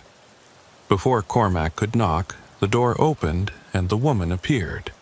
In daylight, she looked older than he'd initially estimated, well into her 70s at least, with deeply lined skin and hands that trembled slightly with what might have been age or cold. She was wearing different clothes than before, a heavy wool sweater and practical canvas pants, but they still had that oddly old-fashioned quality, like something from a previous era. Her expression when she saw Cormac was unreadable, somewhere between resignation and recognition, as if she'd been expecting him to return. "You came back," she said, her voice flat and unsurprised. Most people don't. Cormac tried to keep his voice steady and non-threatening. "I wanted to thank you again for helping me with fuel, and I was hoping to ask you some questions about this town, if you have time." The woman studied him for a long moment, and Cormac had the uncomfortable feeling she was assessing something about him that went beyond just his appearance or intentions. Finally, she stepped back from the doorway, a gesture that might have been invitation. "You'd better come in then. Cold out here." Cormac hesitated. Every instinct told him that entering that house was a bad idea, that whatever strangeness infected this town would be more concentrated inside the one occupied building than anywhere else. But he'd come here for answers, and he wasn't going to get them by standing on the porch. He climbed the steps carefully and crossed the threshold, entering a living room that smelled of wood smoke and old paper and something else underneath. Something organic and faintly unpleasant. The interior was furnished simply, with a couch and chairs that looked like they'd been nice once but were now worn down to their frames in places. A wood stove in the corner provided heat, its metal sides radiating warmth that felt good after the cold outside. But what struck Cormac most was the sheer volume of items covering every surface. Stacks of old newspapers and magazines, boxes piled on boxes, mason jars filled with what might have been preserves or pickled vegetables, clothes draped over chairs, kitchen implements hanging from hooks on the walls. It was the accumulation of decades, maybe generations, and it gave the room a claustrophobic quality despite its size. The woman gestured to a chair and Cormac sat, his eyes scanning the room and cataloging details. On the wall behind the couch was a large photograph in a tarnished frame, showing a group of people standing in front of a much newer version of this house. Cormac counted maybe 30 individuals in the photo, ranging from children to elderly adults, all dressed in clothes that suggested the 1940s or early 1950s. "That's my family," the woman said, following his gaze. "Taken in 1947, the year the house was finished. My grandfather built it with lumber from the grain elevator when they were expanding. Everyone in that photo lived in this town at one time." She moved to the wood stove and picked up a kettle. "Tea?" Cormac nodded, not because he wanted tea, but because it seemed important to accept her hospitality. While she prepared cups, he studied the photograph more closely. The people in it looked happy, or at least content, standing in front of a house that represented stability and permanence in a landscape that offered neither. But there was something about their faces that bothered Cormac, something he couldn't quite identify. Their expressions seemed slightly off, as if they were all smiling at something behind the camera rather than at the camera itself. "What happened to the town?" Cormac asked as the woman handed him a cup of tea. "Why did everyone leave?" She sat down in the chair opposite him, her own cup cradled in both hands. "The railroad stopped coming through in 1974. That was the beginning of the end. The grain elevator closed, the co-op shut down. The school couldn't keep enough students to stay open. People started moving to bigger towns where there was work. By 1980, there were maybe 10 families left. By 90, just 3. By 2000, just me. She sipped her tea, staring into the cup as if reading something in the leaves at the bottom. My husband died in 1998. Cancer. After that, I was alone. But this is my home. And I stayed. Cormac felt a pang of sympathy mixed with confusion. But how do you manage out here by yourself? Groceries, medical care, utilities. The woman waved a hand dismissively. I manage, have a truck, drive to Assiniboia when I need supplies. Solar panels on the roof for electricity. Well, for water. I don't need much. It was a plausible explanation, but something about it didn't quite fit. Cormac hadn't seen a truck parked at the house last night, though he supposed it could have been in a garage or shed he hadn't noticed. Can I ask your name? Cormac said, pulling out his phone. I'd like to document this if that's okay. Your story about staying in a town after everyone else left, it's remarkable. The woman's expression tightened slightly, and she set her cup down with a sound that was louder than necessary. Hester Longridge. Been a Longridge since I married in 1952, was a Cuthbert before that, and I'm not sure I want to be documented, young man. I value my privacy. Cormac lowered his phone. I understand. I'm sorry. I don't have to take pictures or record anything if you're not comfortable, but I am curious about something. 2 nights ago when I was here, I saw footprints on your porch. A lot of them, more than just yours. Do you get visitors? Hester's face went carefully blank and she was silent for several seconds before responding. Neighbors stop by sometimes, other people who stayed in the area. It was the first thing she'd said that Cormac knew with the certainty was a lie. There were no neighbors, no other occupied houses for kilometers in any direction. He'd seen that from the road, had confirmed it with satellite imagery. He decided to push a little harder. Mrs. Longridge, I need to be honest with you. Something strange happened to me when I was here before. I lost time, about an hour that I can't account for. My phone's location history has a gap where this town should be recorded, and the fuel I got from the co-op pump, it seemed to be too fresh for a tank that's been sealed for decades. Hester stood up abruptly, her cup clattering to the floor and spilling tea across the worn carpet. I think you should leave now. Her voice had changed, become harder and colder, and Cormac could see tension in her shoulders that hadn't been there before. You got your fuel, you went on your way, that's the end of it. You shouldn't have come back. Cormac rose slowly, hands visible and non-threatening. I don't mean any disrespect. I'm just trying to understand what's happening here. Hester moved toward the door, clearly expecting him to follow. Some things aren't meant to be understood. Some places should be left alone. You're not from here. You don't know how things work out on the prairie. Old places have old rules, and breaking those rules brings nothing but trouble. Before Cormac could respond, there was a knock at the door. Not a normal knock. It was rhythmic and precise. 3 sharp raps, followed by 2 softer ones, followed by 3 sharp ones again. Hester froze, her face draining of color so quickly that Cormac thought she might faint. The knock came again, the exact same pattern, and this time Cormac heard voices outside. Multiple voices speaking in unison, saying something he couldn't quite make out. Hester grabbed his arm with surprising strength, her fingers digging into his jacket. "Don't open that door," she hissed. "Don't look at them, don't speak to them, don't acknowledge them in any way." The fear in her voice was genuine and absolute, and it sent Cormac's own fear spiking upward. "Who is it?" he whispered. "What's out there?" Hester pulled him away from the door, backing deeper into the living room. "The others. The ones who didn't leave when they should have. They're still here, in a manner of speaking. They come around sometimes, especially when there are visitors. They don't like visitors."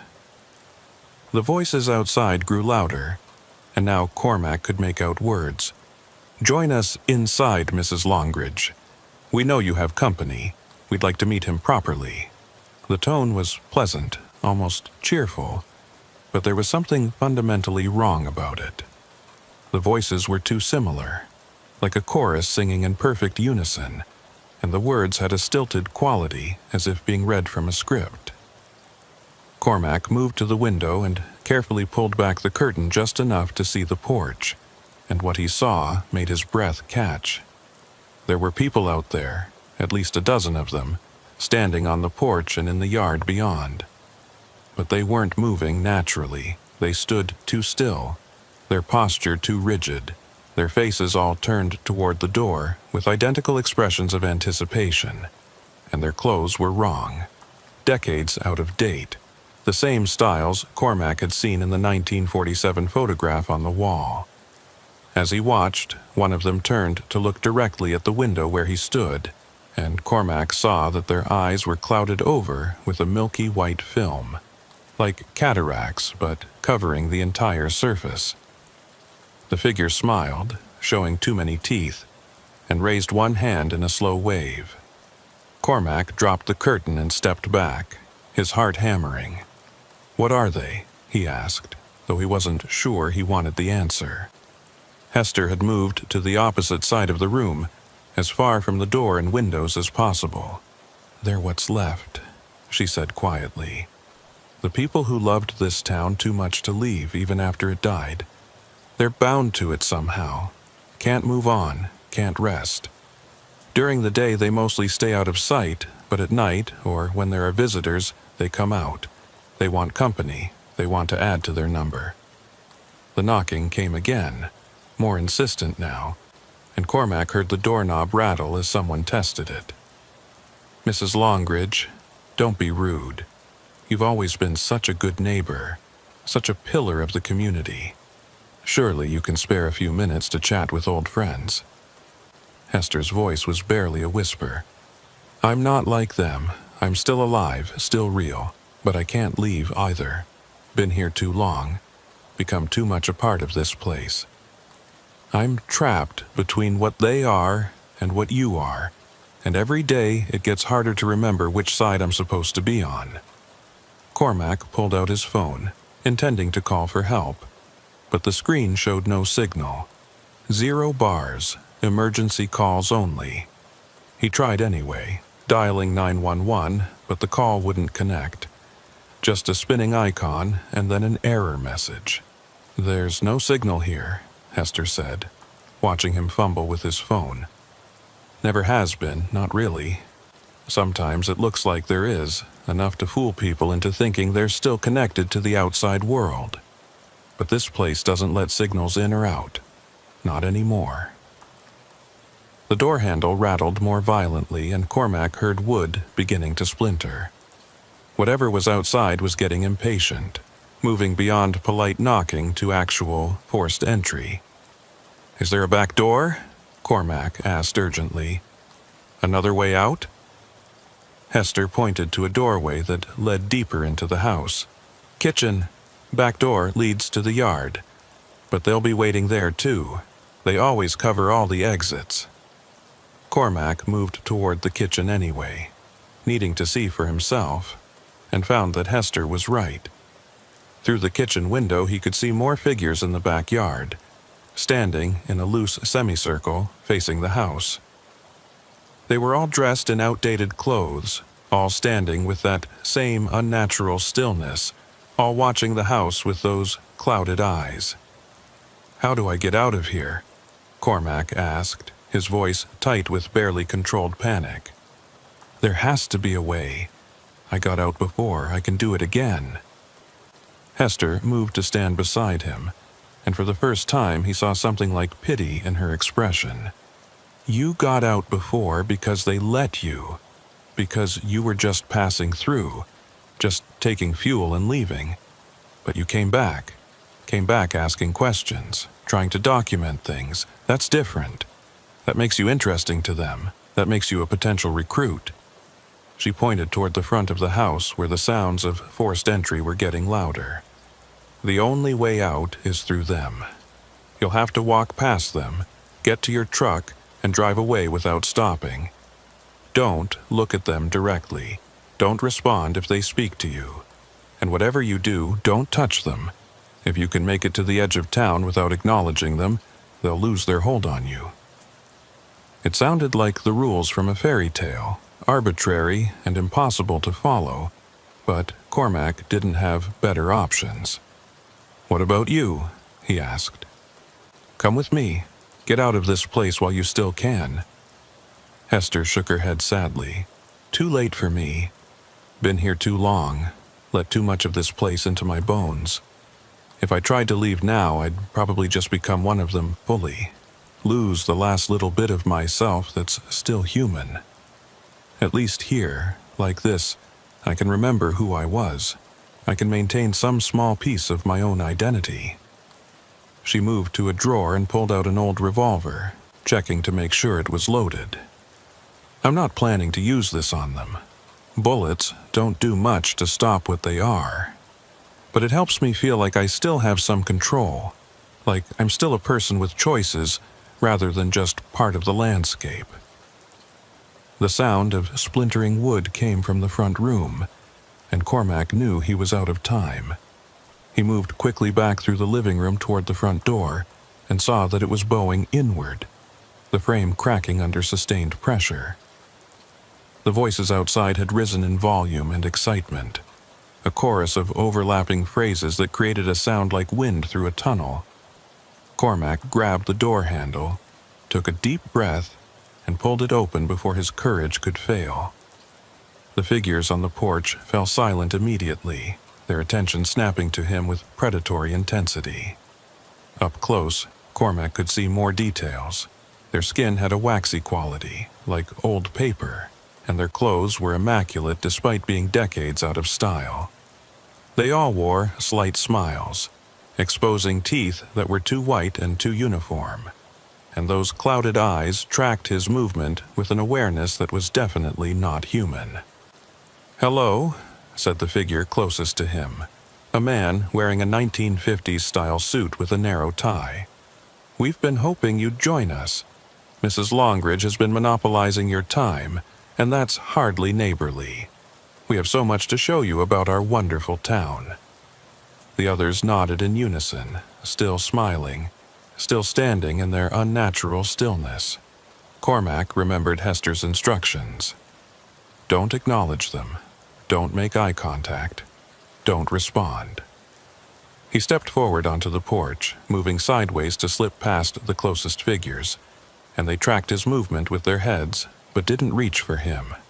Not yet. The walk from the porch to his truck felt like the longest journey of Cormac's life. The figures formed a corridor on either side of him close enough that he could feel the cold radiating from their bodies, and they spoke to him as he passed. "Won't you stay for dinner? Mrs. Longridge is making her famous pot roast. You really should try it. We have such a nice community here, everyone knows everyone. You'd fit right in. The grain elevator is still operational, you know. We could use a good driver to help with the harvest. The harvest never ends here." Their voices washed over him like cold water, tempting and terrible in equal measure, and Cormac had to clench his jaw to keep from responding. His truck was 20 feet away, then 15, then 10. The figures weren't blocking his path directly, but they were closing in from the sides, narrowing the corridor, and Cormac could see more of them emerging from the abandoned buildings, scores of people who shouldn't exist, all converging on the street where his truck was parked. He reached for his door handle and heard a voice directly beside his ear, so close that cold breath touched his skin. "You can't leave. The town needs you. We need you. Stay. Stay. Stay." The word repeated in a rhythm that matched his heartbeat, and Cormac felt a pull, an almost physical sensation like hooks catching in his skin and pulling him back toward the center of town. His hand froze on the door handle, and for a terrible moment he couldn't remember why he wanted to leave.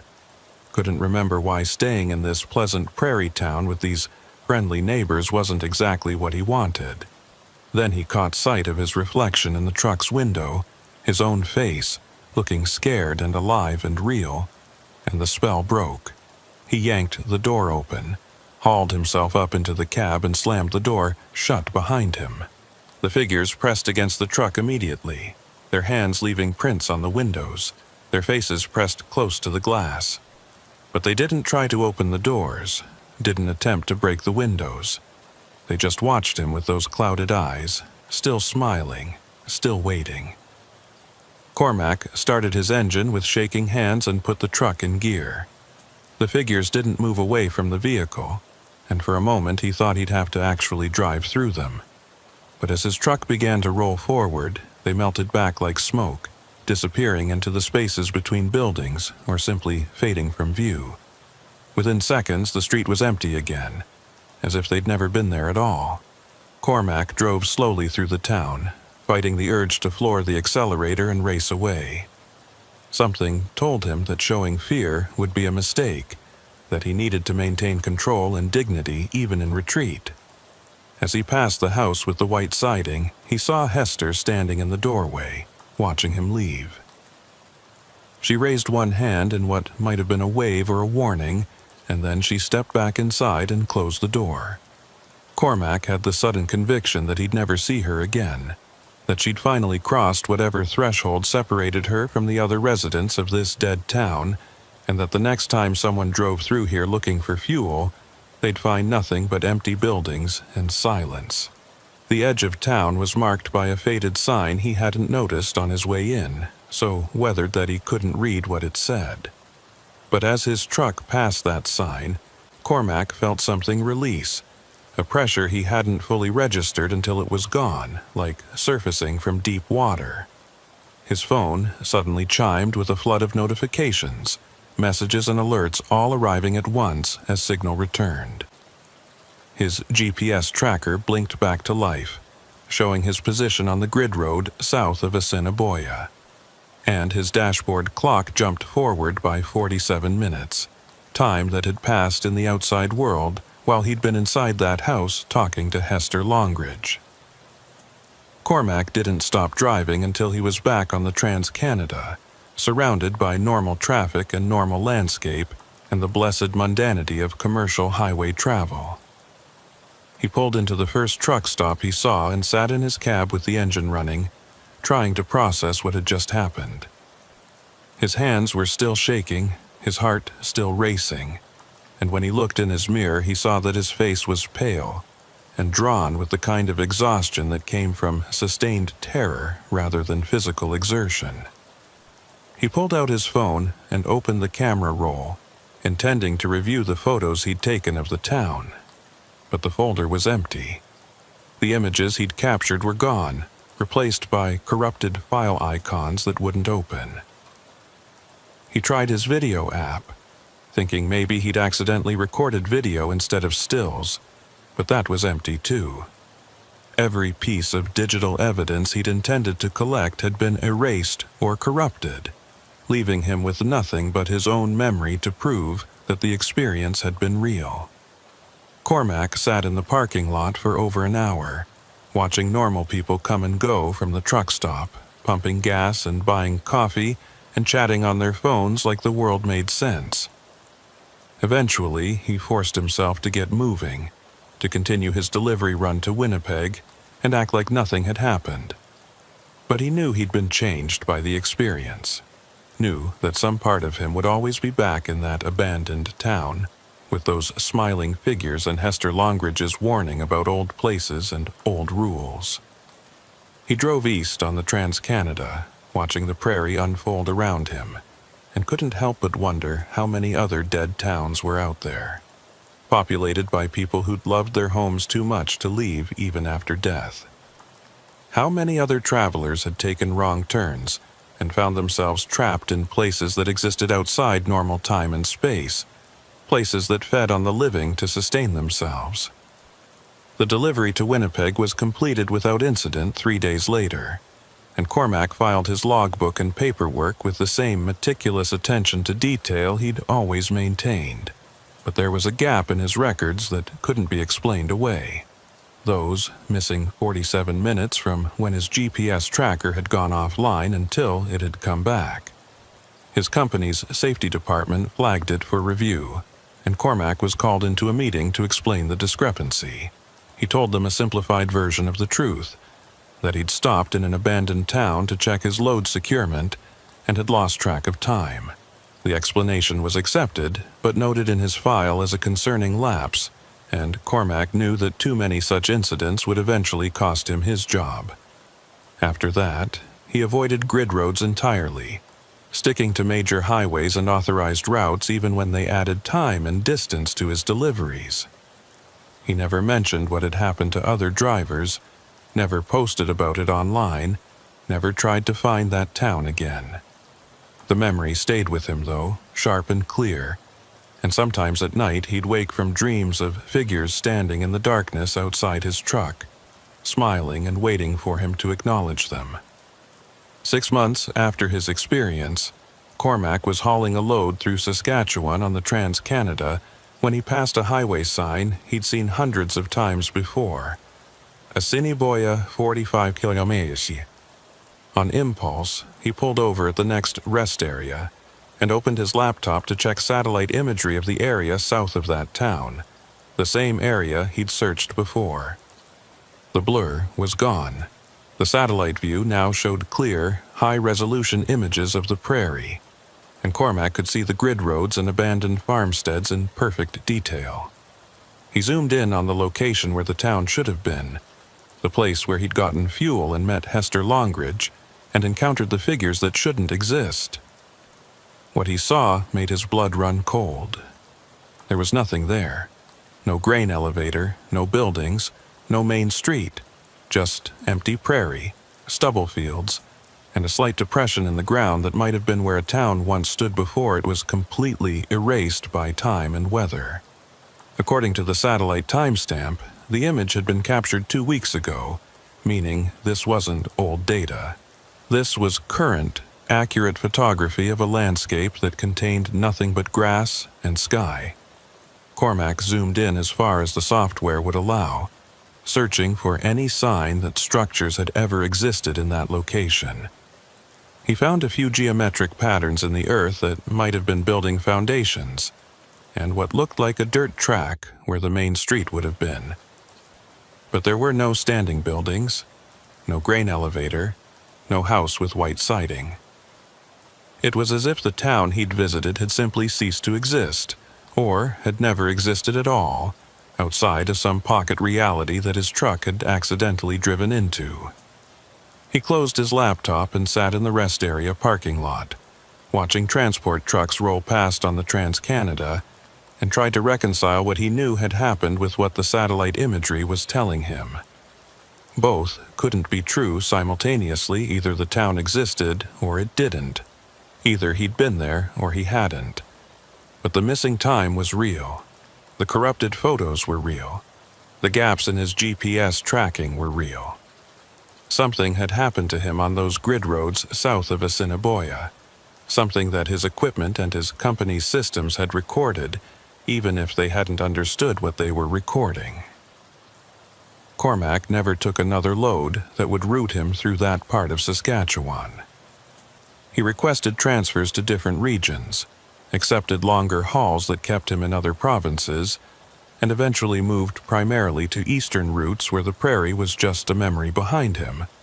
But he knew other drivers still ran those roads, still took shortcuts on grid roads to save time or find fuel, and he wondered how many of them had encountered places like that town. How many had driven through gaps in reality without even realizing it, their GPS systems glitching briefly before resuming normal function, their memories already beginning to fade and rationalize the strangeness into something explainable. And he wondered about Hester Longridge, whether she was still in that house with the white siding, still maintaining the last fragments of her humanity while surrounded by neighbors who'd become something else. or whether she'd finally given in, finally let the town claim her completely, and now stood with the others waiting for the next lost driver to stumble into their trap. Years later, Cormac would occasionally search online for mentions of abandoned towns in Saskatchewan, looking for any stories that matched his experience. He never found anything concrete, just the usual ghost town photography blogs and historical society documentation. But once he came across a discussion thread on a paranormal forum where someone had posted a question. Has anyone else experienced time loss while driving through rural Saskatchewan? The responses were mostly jokes and skepticism, but buried in the thread was a comment from someone with the username GrainHauler93 that made Cormac's hands go cold. Happened to me about 10 years ago. Stopped for fuel in a town that shouldn't have been there. Got help from an old woman who seemed normal at first.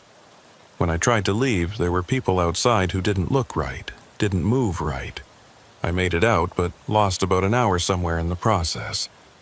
Never went back, never told anyone because I knew they wouldn't believe me. But I know what I saw, and I know that place is still out there, waiting for someone else to take a wrong turn. Cormac wanted to reach out to that person, to compare notes and confirm that they'd experienced the same thing. But when he clicked on their username, he found the account had been deleted.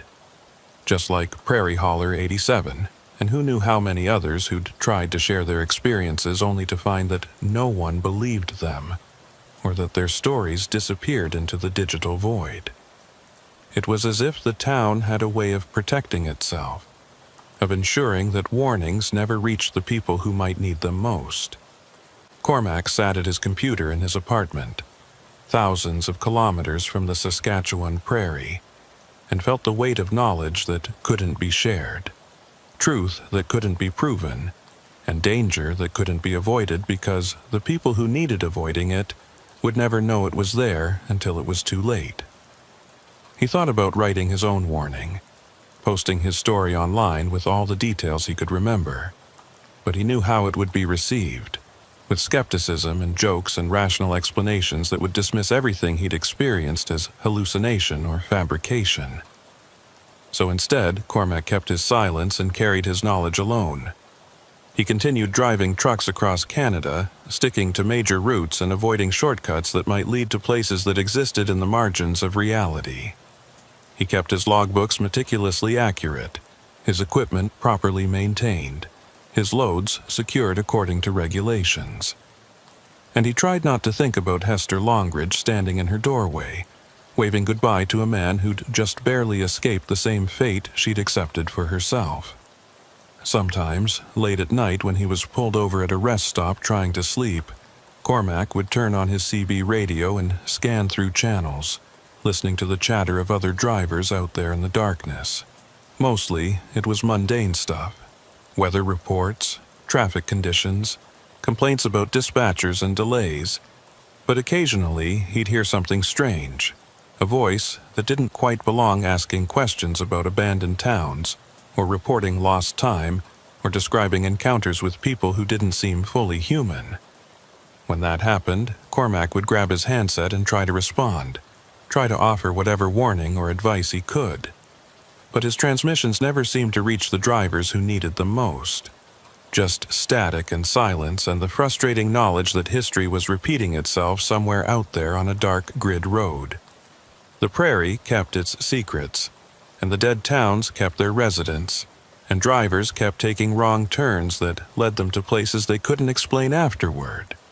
And Cormac kept driving, kept watching his mirrors for signs of something following, kept checking his GPS for gaps that might indicate he'd driven through another pocket of wrongness. He'd gotten out once, but he knew with absolute certainty that he'd been lucky rather than skilled, and that luck had limits that skill didn't. The town, whatever it had been, whatever it still was, remained out there south of Assiniboia, waiting in patient hunger for the next traveler who needed fuel or shelter, or just a place to rest for a few minutes. And when that traveler arrived, they'd find a house with a light on, an old woman who seemed helpful, and neighbors who wanted nothing more than to welcome them into a community that never truly died because it couldn't bear to let go. Cormac had seen that future reflected in those clouded eyes and those two white smiles, and he knew it was a fate he'd escaped by the narrowest of margins.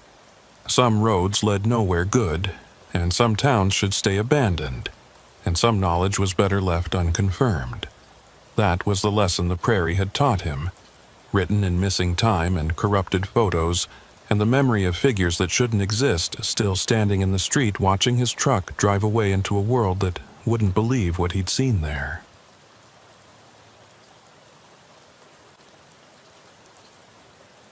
Hello, friends. Did you know nearly 80% of those who watch my videos aren't subscribed? If you enjoy these stories, please hit that subscribe button and leave a like. It really helps. Thank you for being here. By the way, where are you watching from? Let me know in the comments.